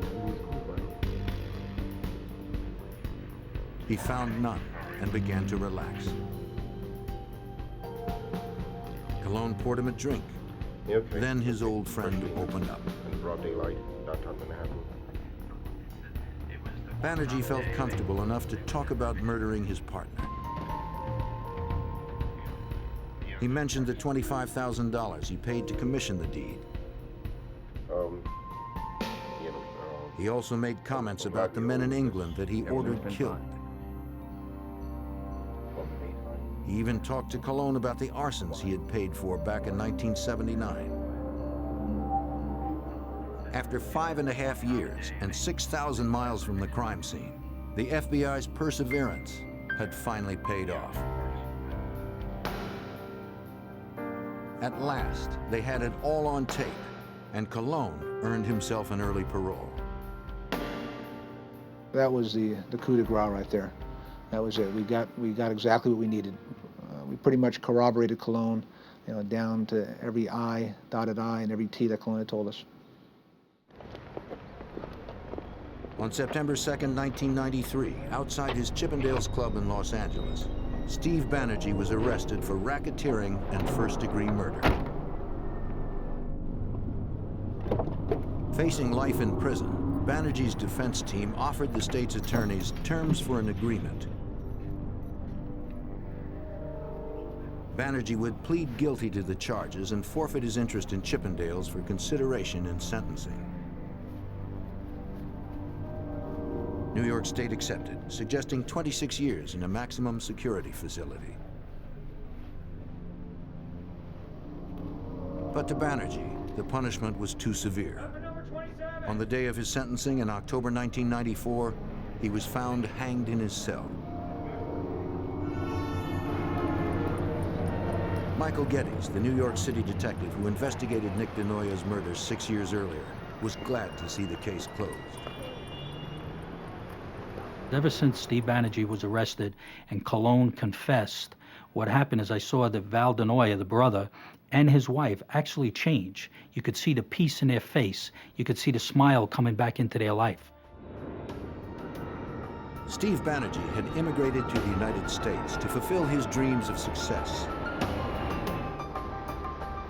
Blinded by his pursuit, he confused power and the accumulation of wealth with the American dream. In California, detectives investigated a gruesome murder. The suspect fled and was eventually caught in Arizona. His confinement didn't last long. He escaped and disappeared into the Grand Canyon, robbing and kidnapping tourists as he went. To stop the elusive killer, FBI agents and local officers joined forces on a dangerous manhunt.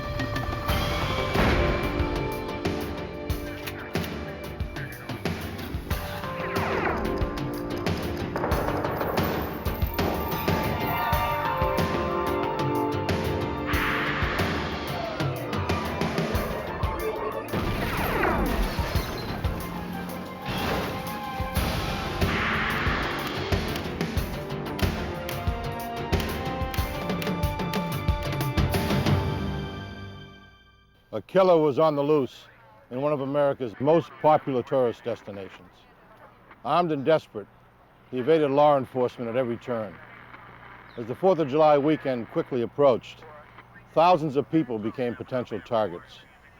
I'm Jim Kallstrom, former head of the FBI's New York office. Agents would use any means necessary to track a killer before he could strike again.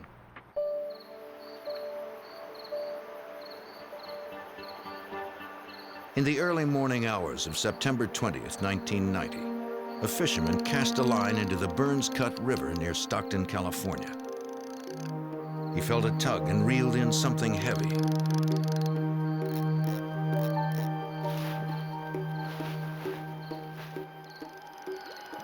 It was a large plastic bag.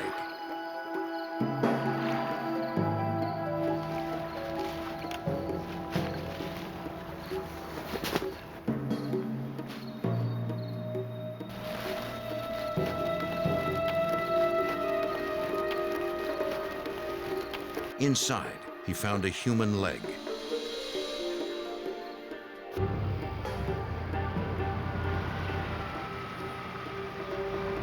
The fisherman called the San Joaquin County Sheriff's Office.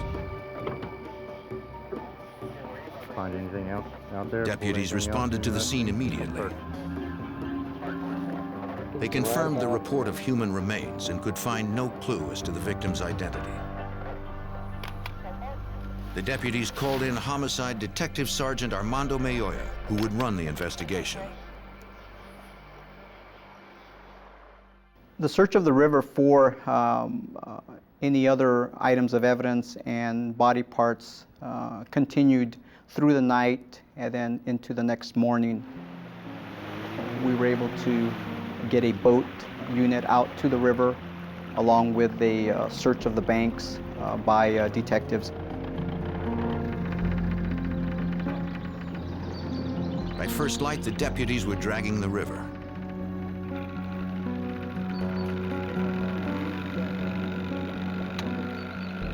While they checked the deeper water, detectives walked the riverbank.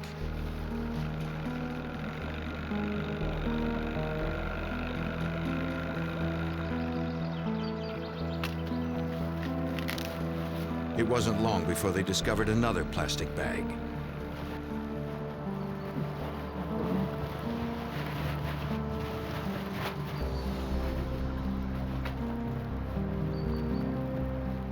Inside were 2 arms. The wrists were bound together with masking tape.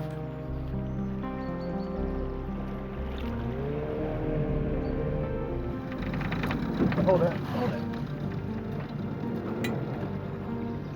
Nearby, the boat unit deputies soon pulled up another object.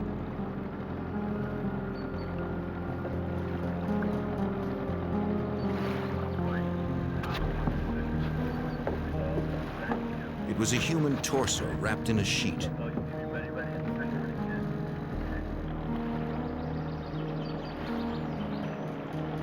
Later, they would find a right leg, the victim's head, and some clothing, all in separate plastic bags. 74. After several hours of searching, investigators had recovered an entire male body. They didn't know who the man was. It was a pretty brutal murder case. And for someone to take the time to dismember a person and to transport that person in different bags and dispose of the body without caring, it's very callous and cold. At the morgue, a coroner examined the remains. He determined that the victim had been dismembered with a serrated knife. It would take more time to determine the actual cause of death, or if the man was alive when he was dismembered.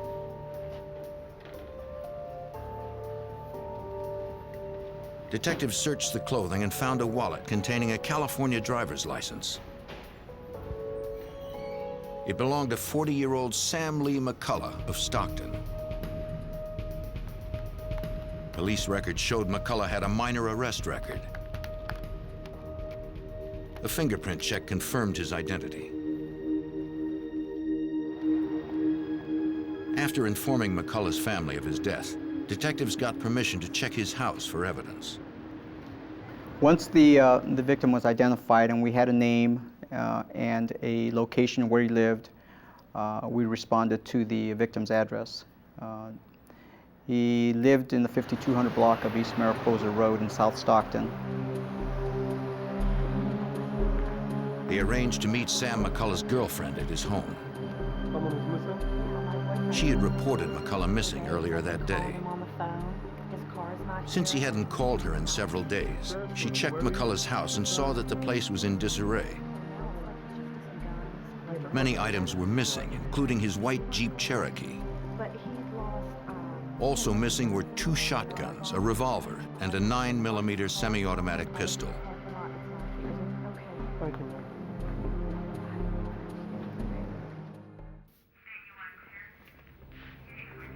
Detectives and deputies examined McCullough's house. Noting footprints on the floor, they conducted an electrostatic search to reveal details of the prints, which appeared to be made by boots. Investigators also recovered latent fingerprints, but none were foreign to the house.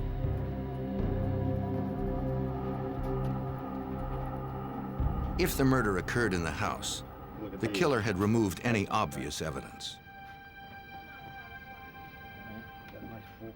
A homicide of this nature, you would expect to find blood just all over the place, stains. The person that was involved in this case took a lot of time to clean and hide his tracks in this case. In the bathroom, a deputy made an important discovery. We were just about ready to leave when we ran a flashlight through the tub area, and we saw a reflection come from the drain area. It looked like the sparkle from a sequin. The investigators knew it was collagen, a substance in bones that has a particularly reflective quality.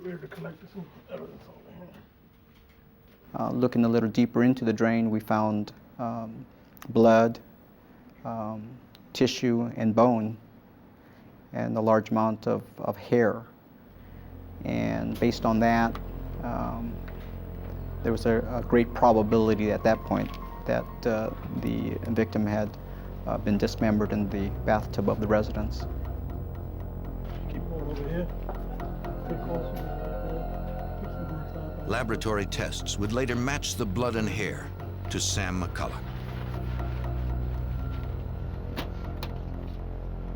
Eventually, the coroner determined McCullough had been dead before he was dismembered.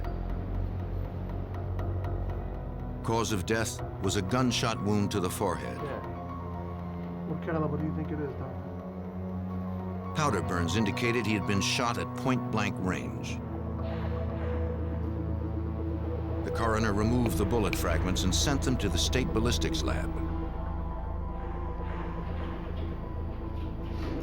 Examiners there studied the size, weight, and composition of the fragments, determining that the murder weapon was a .22 caliber rifle. Comparing the fragments to slugs test-fired from sample weapons can identify specific models. California Department of Justice examiners believe the weapon used was probably a Western Field brand rifle.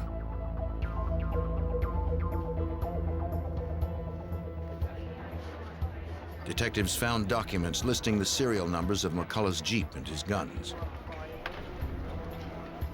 They entered the numbers into the National Crime Information Center.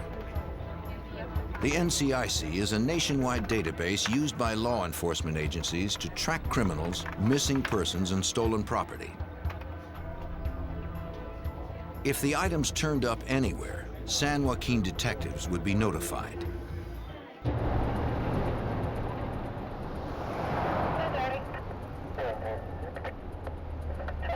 Gilmerton Road, 2200 Gilmerton Road, Cross Street, Cox Avenue. Within days, a Stockton police officer discovered the victim's Jeep abandoned several miles from McCullough's house. Yet an examination yielded no additional clues.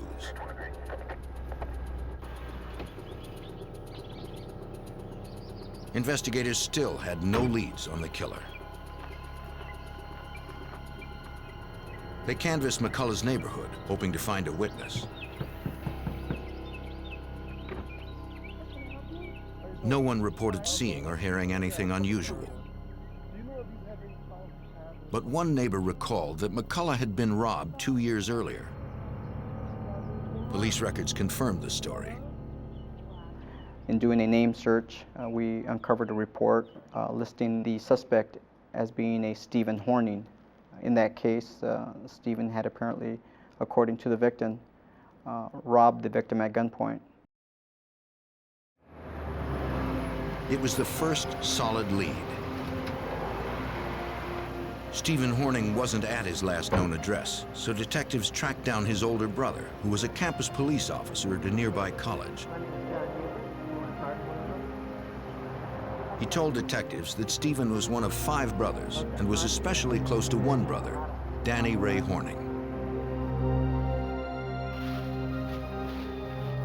Stephen and Danny spent a lot of time together.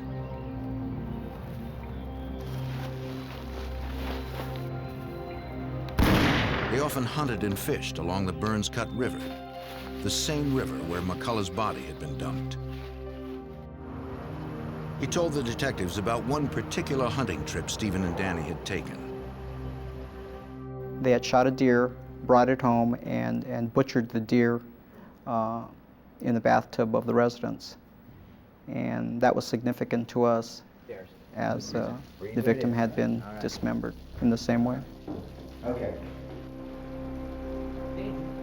The eldest Horning brother added another detail familiar to detectives. After butchering the deer, Danny had placed the animal's limbs in black plastic garbage bags. Detectives thought the story had an eerie resemblance to the homicide of Sam McCullough. They asked the brother to identify some clothing found in a bag containing body parts in the Burns Cut River. He said that the black shorts and t-shirt looked like those his brother Danny often wore. Police noted that no one in the Horning family had seen Stephen or Danny since September 19th, the day Sam McCullough was probably killed. The investigation progressed to the point where there was enough probable cause to present the case to a judge, and a search warrant was issued for Stephen and Danny, along with an arrest warrant. On November 20th, 1990, 2 months after the murder, San Joaquin Sheriff's officers returned to the brothers' trailer located behind their parents' house.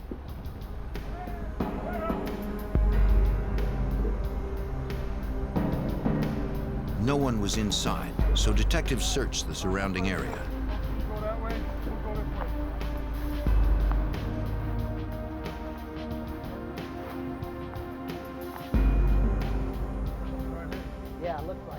Behind the trailer, they found important evidence.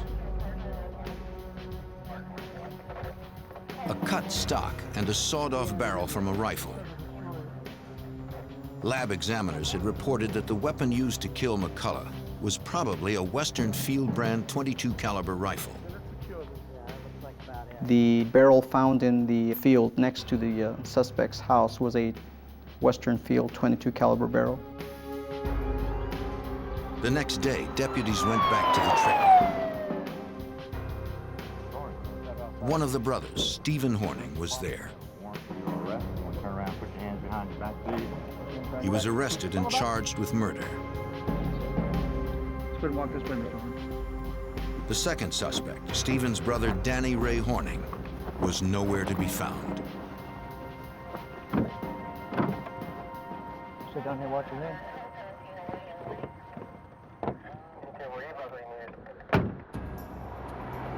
At the San Joaquin, California County Jail in December of 1990, detectives held one suspect in the murder and dismemberment of Sam McCullough.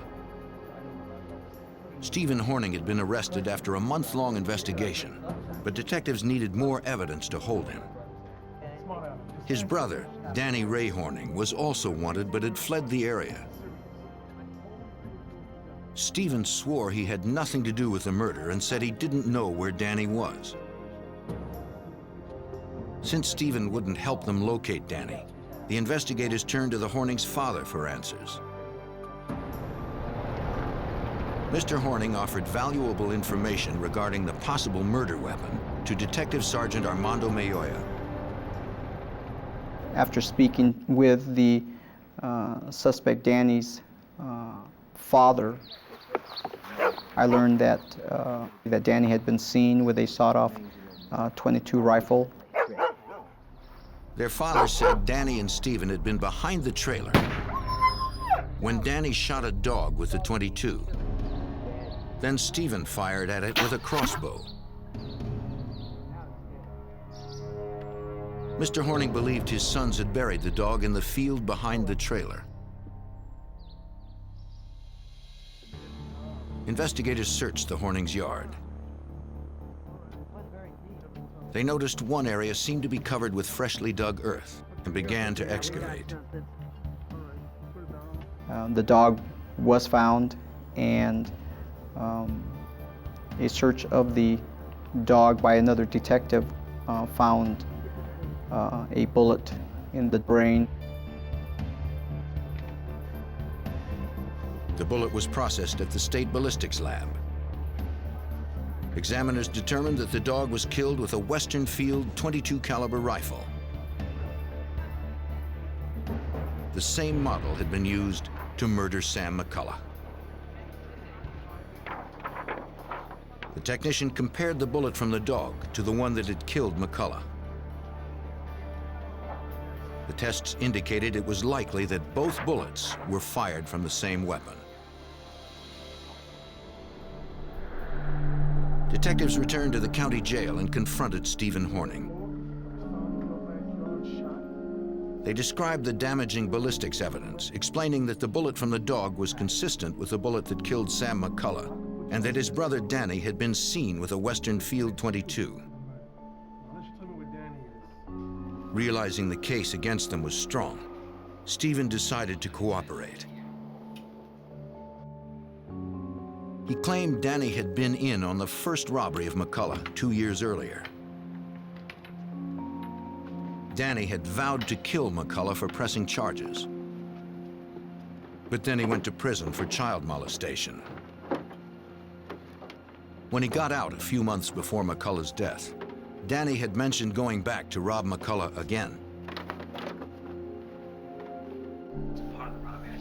Since no physical evidence implicated Stephen in Sam McCullough's death, investigators dropped the murder charge against him. They needed to find his brother, but Danny Ray Horning had disappeared. For 6 months, Detective Sergeant Armando Mayoya worked the case but found no new leads. Then, on March 22, 1991, he was contacted by authorities in Winslow, Arizona about Horning. Well, I received a phone call from Winslow Police Department, and they informed me that he had been arrested in a bank robbery. That day, Horning had walked into the Valley National Bank in Winslow, more than 800 miles east of Stockton, California. He trained his 9mm pistol on the bank manager while a teller filled a bag with $25,000. When she was in the other room, the teller had tripped a silent alarm.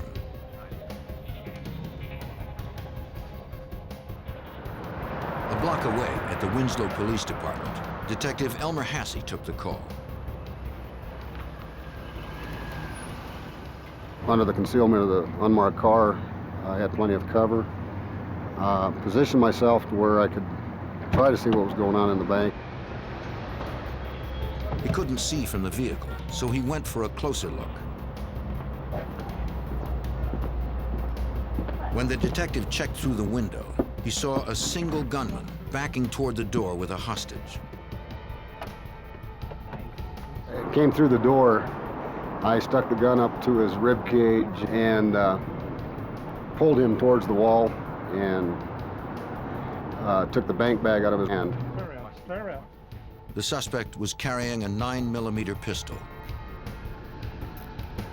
Detective Hassey determined the suspect's name was Danny Ray Horning. An NCIC check revealed the murder warrant in California. Hassey described the weapon recovered to Detective Mayoya. They informed me that they had in their possession a 9mm semi-automatic pistol. They gave me the serial number, and I confirmed that number as being the weapon that was taken from the victim McCullough's residence. In Arizona, Horning was convicted of armed robbery, kidnapping, and assault. At trial, he dared a judge to give him the stiffest sentence possible, vowing to escape within a year. The judge accepted the challenge and gave Horning 4 life sentences. California authorities decided not to extradite Horning, who would serve his time at the Arizona State Prison in Florence.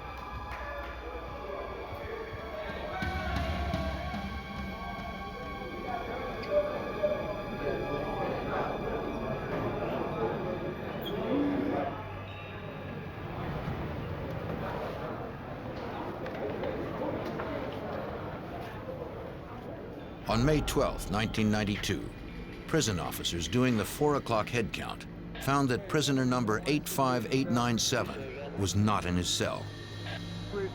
The prison was locked down and thoroughly searched.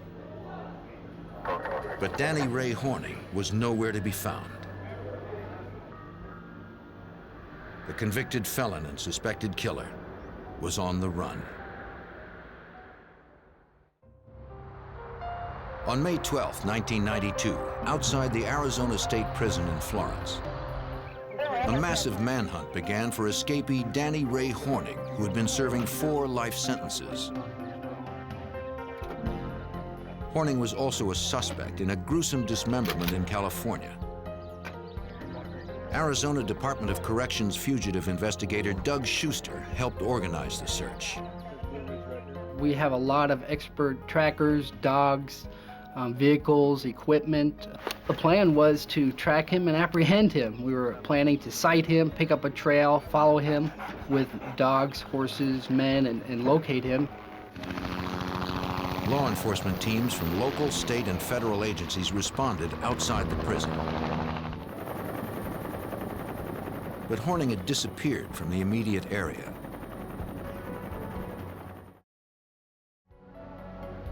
While the teams widened their circle, Schuster returned to the prison to try to figure out how the accused killer managed to escape. Prison officials contacted the FBI to assist in the investigation. Authorities first checked Horning's records.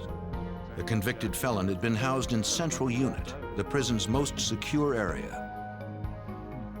There was no evidence that he had tunneled out or otherwise breached the walls of Central. They interviewed corrections officers and inmates to determine Horning's last actions inside. Doug Schuster first determined why Horning wasn't in his locked cell. At any given time, not all inmates are locked in the cell. Some are out at work sites, some are working in the kitchen, some are working here and there. So you have a portion of your inmates that are supposed to be in their cells. Another portion would be accounted for via an out count sheet. Staff would visually see someone and say, these 4 inmates are in the kitchen working. So they wouldn't be in their cell during the count. Investigators learned that Horning had been assigned a janitorial job, which included cleaning the infirmary.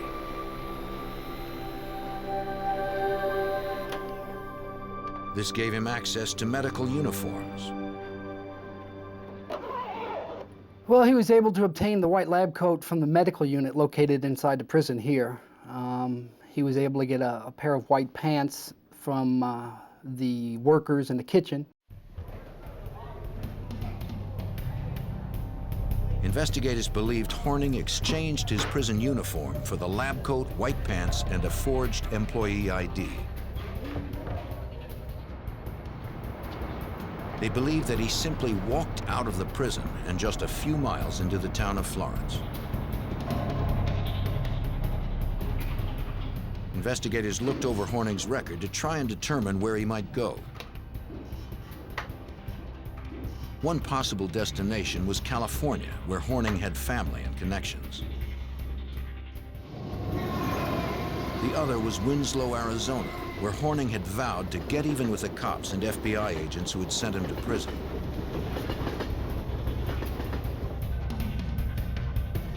Special Agent Keith Tolhurst of the FBI's Phoenix field office joined the investigation. Hey, are you going up there with him? Are you going to take dog teams up there? He would work closely with the Department of Corrections to stop Horning before he struck again. The information from the prison told us that they believed he was going to rob some more banks and then go to Winslow and try to kill either the Valley National Bank people that he robbed the bank from or kill the agents. So we believed he was going to head that direction.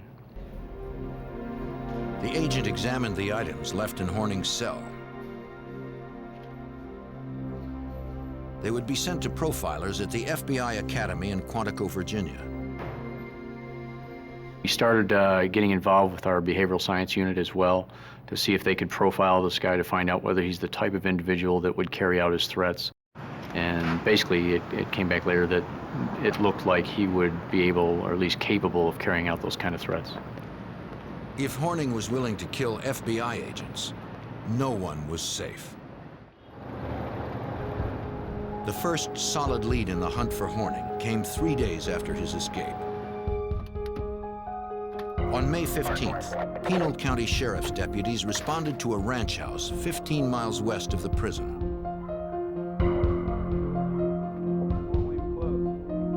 The owner said the house had been burglarized.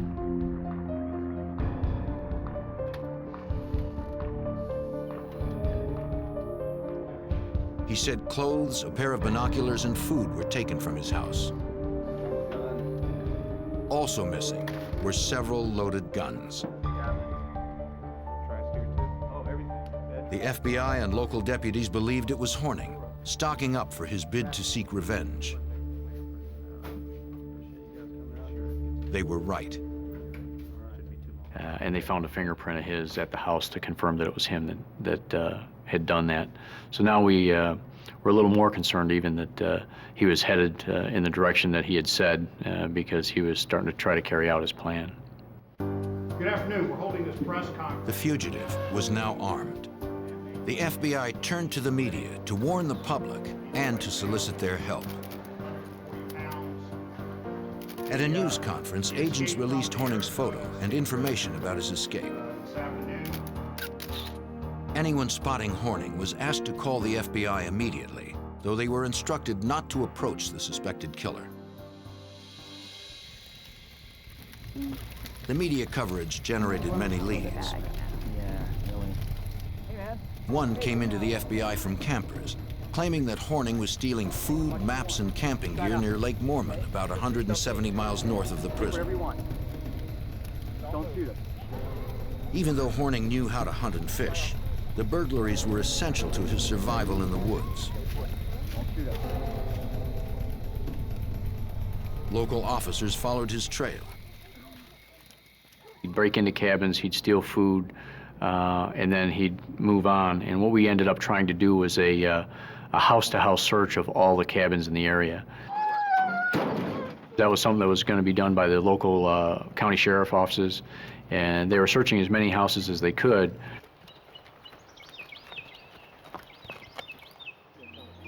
Horning was getting closer to the Grand Canyon National Park. The summer tourist season was beginning, which meant thousands of people would be in danger. They had to find him before anyone got hurt. Based on Horning's trail north, fugitive response teams from the Arizona Department of Corrections and Sheriff's Departments focused their search in Coconino County.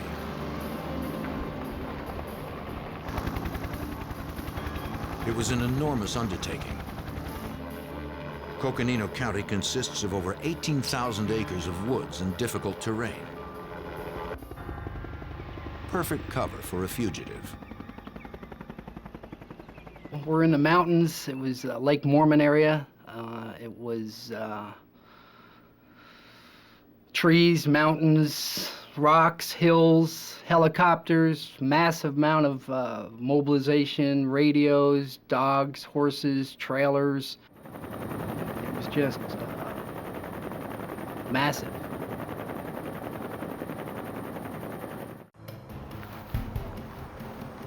On June 3rd, 1992, a National Forest Service officer was patrolling a campground in Coconino County. The officer spotted Horning walking out of a wooded area. It was too dangerous for a lone officer to follow the armed killer into the forest.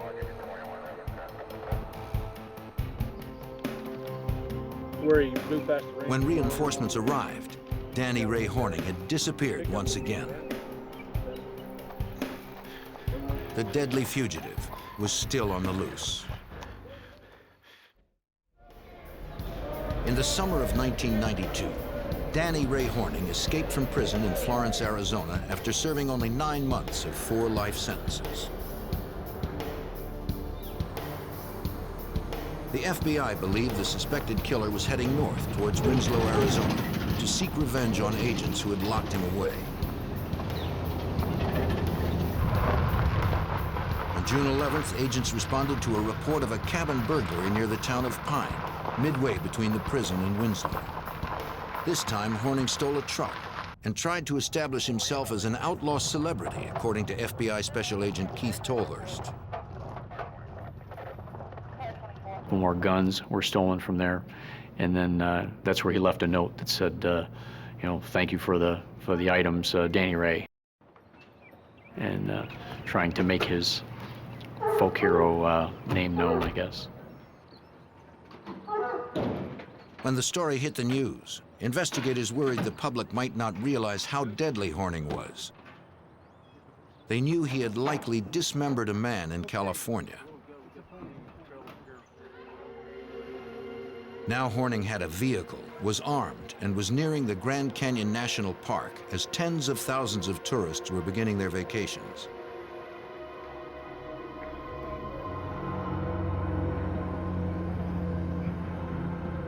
For 10 days, no new sightings came in. With the truck, he might have been hundreds of miles away already.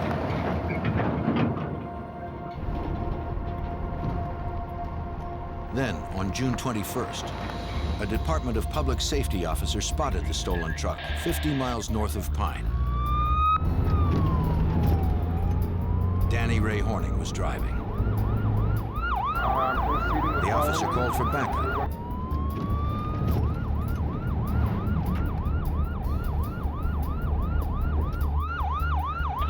Before other officers could respond, Horning jumped from the truck, then fled on foot into the now familiar cover of the woods. FBI agents responded immediately. In the truck, they found another note signed by Horning. It looks like you left in a hurry and left that. Pine, Arizona is again up in a wooded area in northern Arizona, and it's along the path. If you're going from Florence up to Pine, he's almost to Winslow. So he's getting a lot closer to the area that we were concerned about. And again, we knew he had weapons, we knew he had the vehicle, he got up into that area, and it made us believe even more that he was going to try to carry out his threats. Authorities in Winslow weren't the only ones in danger. The FBI established a field command post inside Grand Canyon National Park, where Horning was a threat to thousands of tourists. They tracked confirmed sightings, plotting out Horning's movements. Agents coordinated the response to each sighting and relayed information between the many law enforcement agencies involved.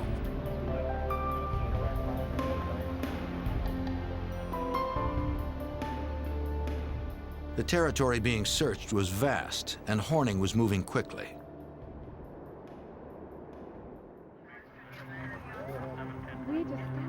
On June 23rd, 2 tourists reported to agents that Horning had carjacked them inside the national park.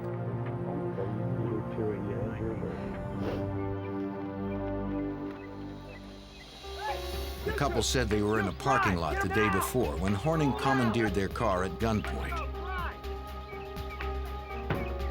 He demanded that they drive him to the canyon's rim.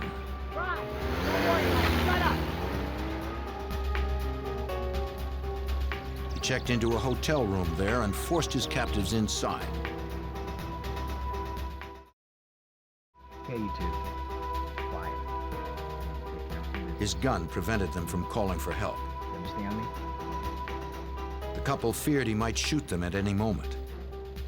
I need you to release my brother. Horning recorded a message for authorities. And I need a guarantee. He demanded that the search for him be called off. For the next 3 days. He also ordered the release of one of his brothers from prison and $1 million ransom for the release of a family that he planned to kidnap in exchange for the childless couple. The next day, Horning forced the couple to drive him to a store where he purchased camping gear, new clothing, and food. But before he found a family with children to kidnap, a Forest Service officer recognized him and began following the car. Go, let's go, move it! Horning fired at the officer, causing him to slow down. He forced the driver to speed up. Move it! Shut up! Let's go!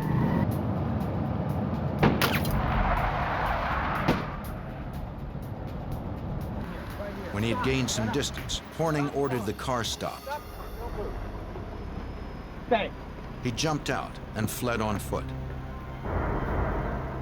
Since he shot at a law officer, it was clear Horning was becoming desperate and more dangerous. We had information that he'd vowed not to be taken alive. He was on this vendetta against the FBI and Valley National Bank, and that he had already been in a shooting with the Forest Service.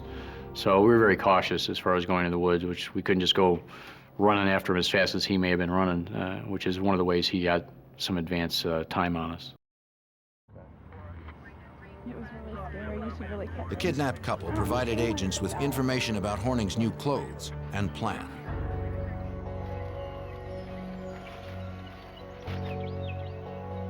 Once again, armed search parties scoured the area where Horning was last seen,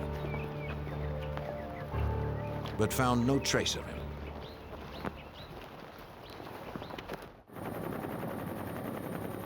Horning was back on foot and hiding out somewhere in the immense Grand Canyon National Park.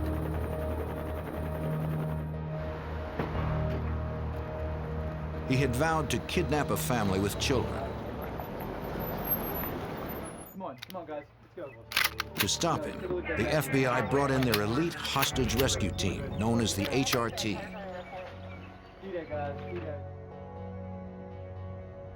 The HRT agents blanketed the area, rappelling into the canyon, checking caves and conducting aerial searches.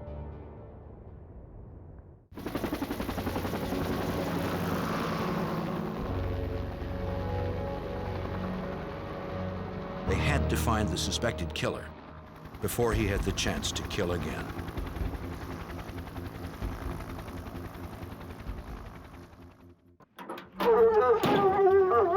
Search teams from the FBI, the Arizona Department of Corrections, and local sheriff's departments trailed fugitive Danny Ray Horning through Grand Canyon National Park.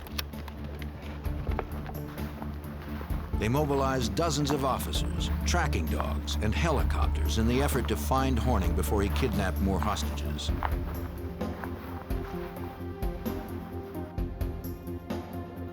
But the accused killer could have been anywhere in the immense park's 1.2 million acres.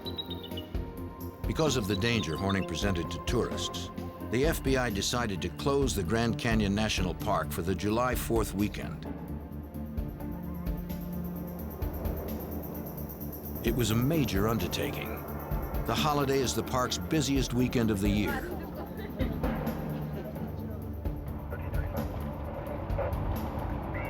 It was also the first time in the park's 73-year history that it had been closed due to a criminal threat. But Horning was dangerous enough to warrant the extreme action, according to FBI Special Agent Keith Tolhurst. He was moving around inside the canyon, and we couldn't control that because there was too many people in the canyon. So we were going to try to start getting everybody through the roadblocks and try to find him. New visitors were turned away, and those already in the park were asked to leave.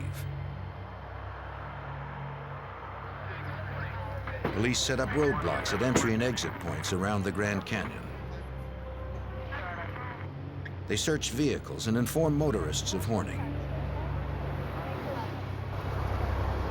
But they didn't stop him in time. On July 4th, 2 British tourists were preparing to leave the park when an armed man approached them. They knew it was Danny Ray Horning, though he no longer looked like the photos in news reports. He was much thinner, had blonde hair, and was clean-shaven. Since the park had been locked down, the women were Horning's only way out.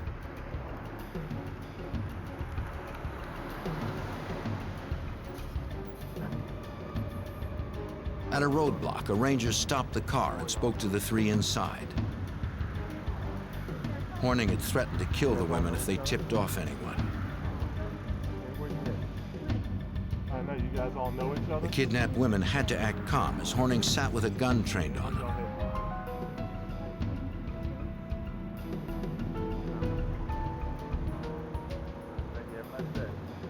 The officer didn't recognize the blonde-haired Horning and let them through.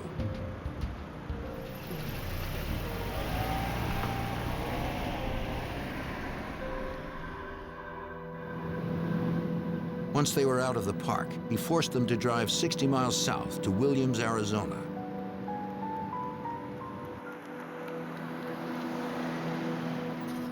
When they were far from the police in the Grand Canyon, Horning ordered them to stop the car.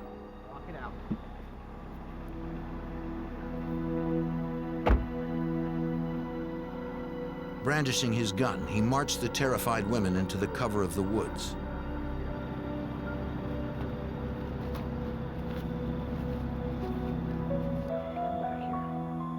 The women believed that Horning was taking them there to execute them.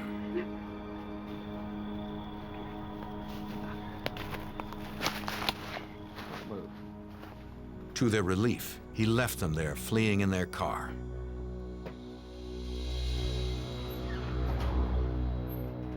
The women managed to free themselves and ran to a store. A clerk there called authorities and was told an officer was nearby. The women were badly shaken but unharmed.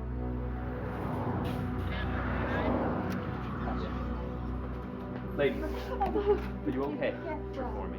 They provided police with updated information about Horning, including his new look and his getaway vehicle.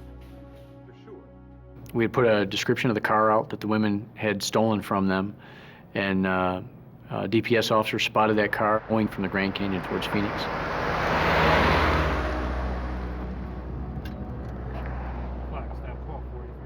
Highway Patrolman Stephen Costello works for the Arizona Department of Safety. When Horning drove past, he began following the armed fugitive.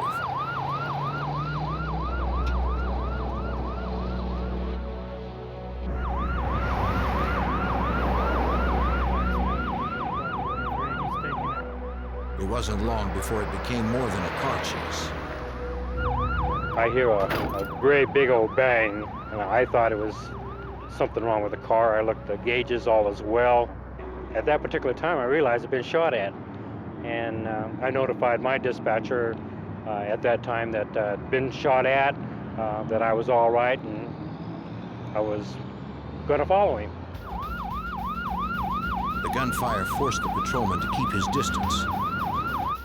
He's going to be taking the ramp at... But he knew he couldn't lose Horning. 17. The fugitive tried to make a getaway by turning off near the town of Sedona. He takes the ramp, and I could see that he slammed on the brakes, and he skids in, and he has a a slight accident is what he did. He hits a sign. I shouted out, you know, you better stop. The shot missed. The officer had orders not to follow Horning into the woods.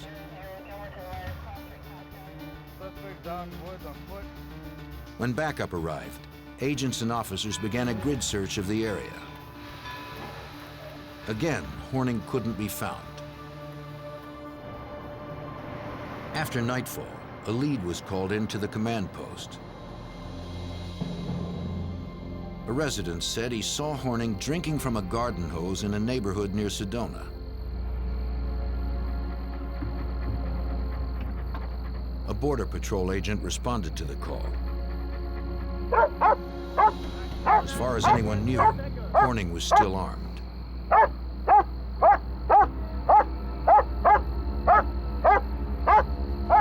This time, there was no shootout. After being relentlessly pursued for 54 days and over hundreds of miles, an exhausted Horning simply gave up.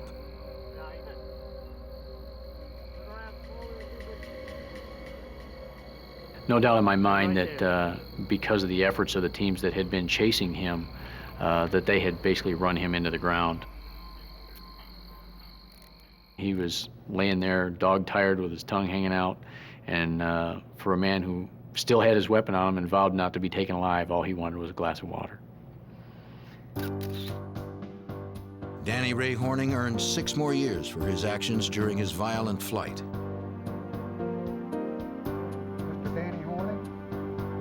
Authorities in California decided to extradite Horning and charge him with the murder of Sam McCullough. His trial began on May 12, 1994.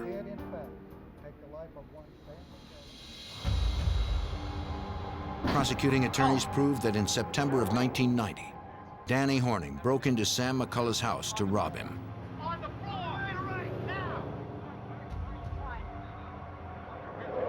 Horning was angry that McCullough had pressed charges after an earlier robbery. He bound McCullough, rendering him helpless. Horning was using his sawed-off .22 caliber Western field rifle, the same one witnesses had seen him kill a dog with earlier. At point-blank range, Horning fired 1 shot at Sam McCullough.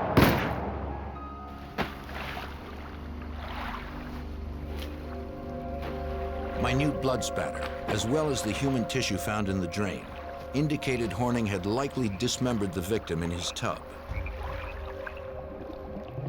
Then he dumped the body parts into the Burns Cut River. On July 15, 1994, about 4 years after the death of Sam McCullough, a California jury found Horning guilty of murder. He was sentenced to death. Danny Ray Horning was sent to San Quentin Prison. He remains locked down in the maximum security of death row.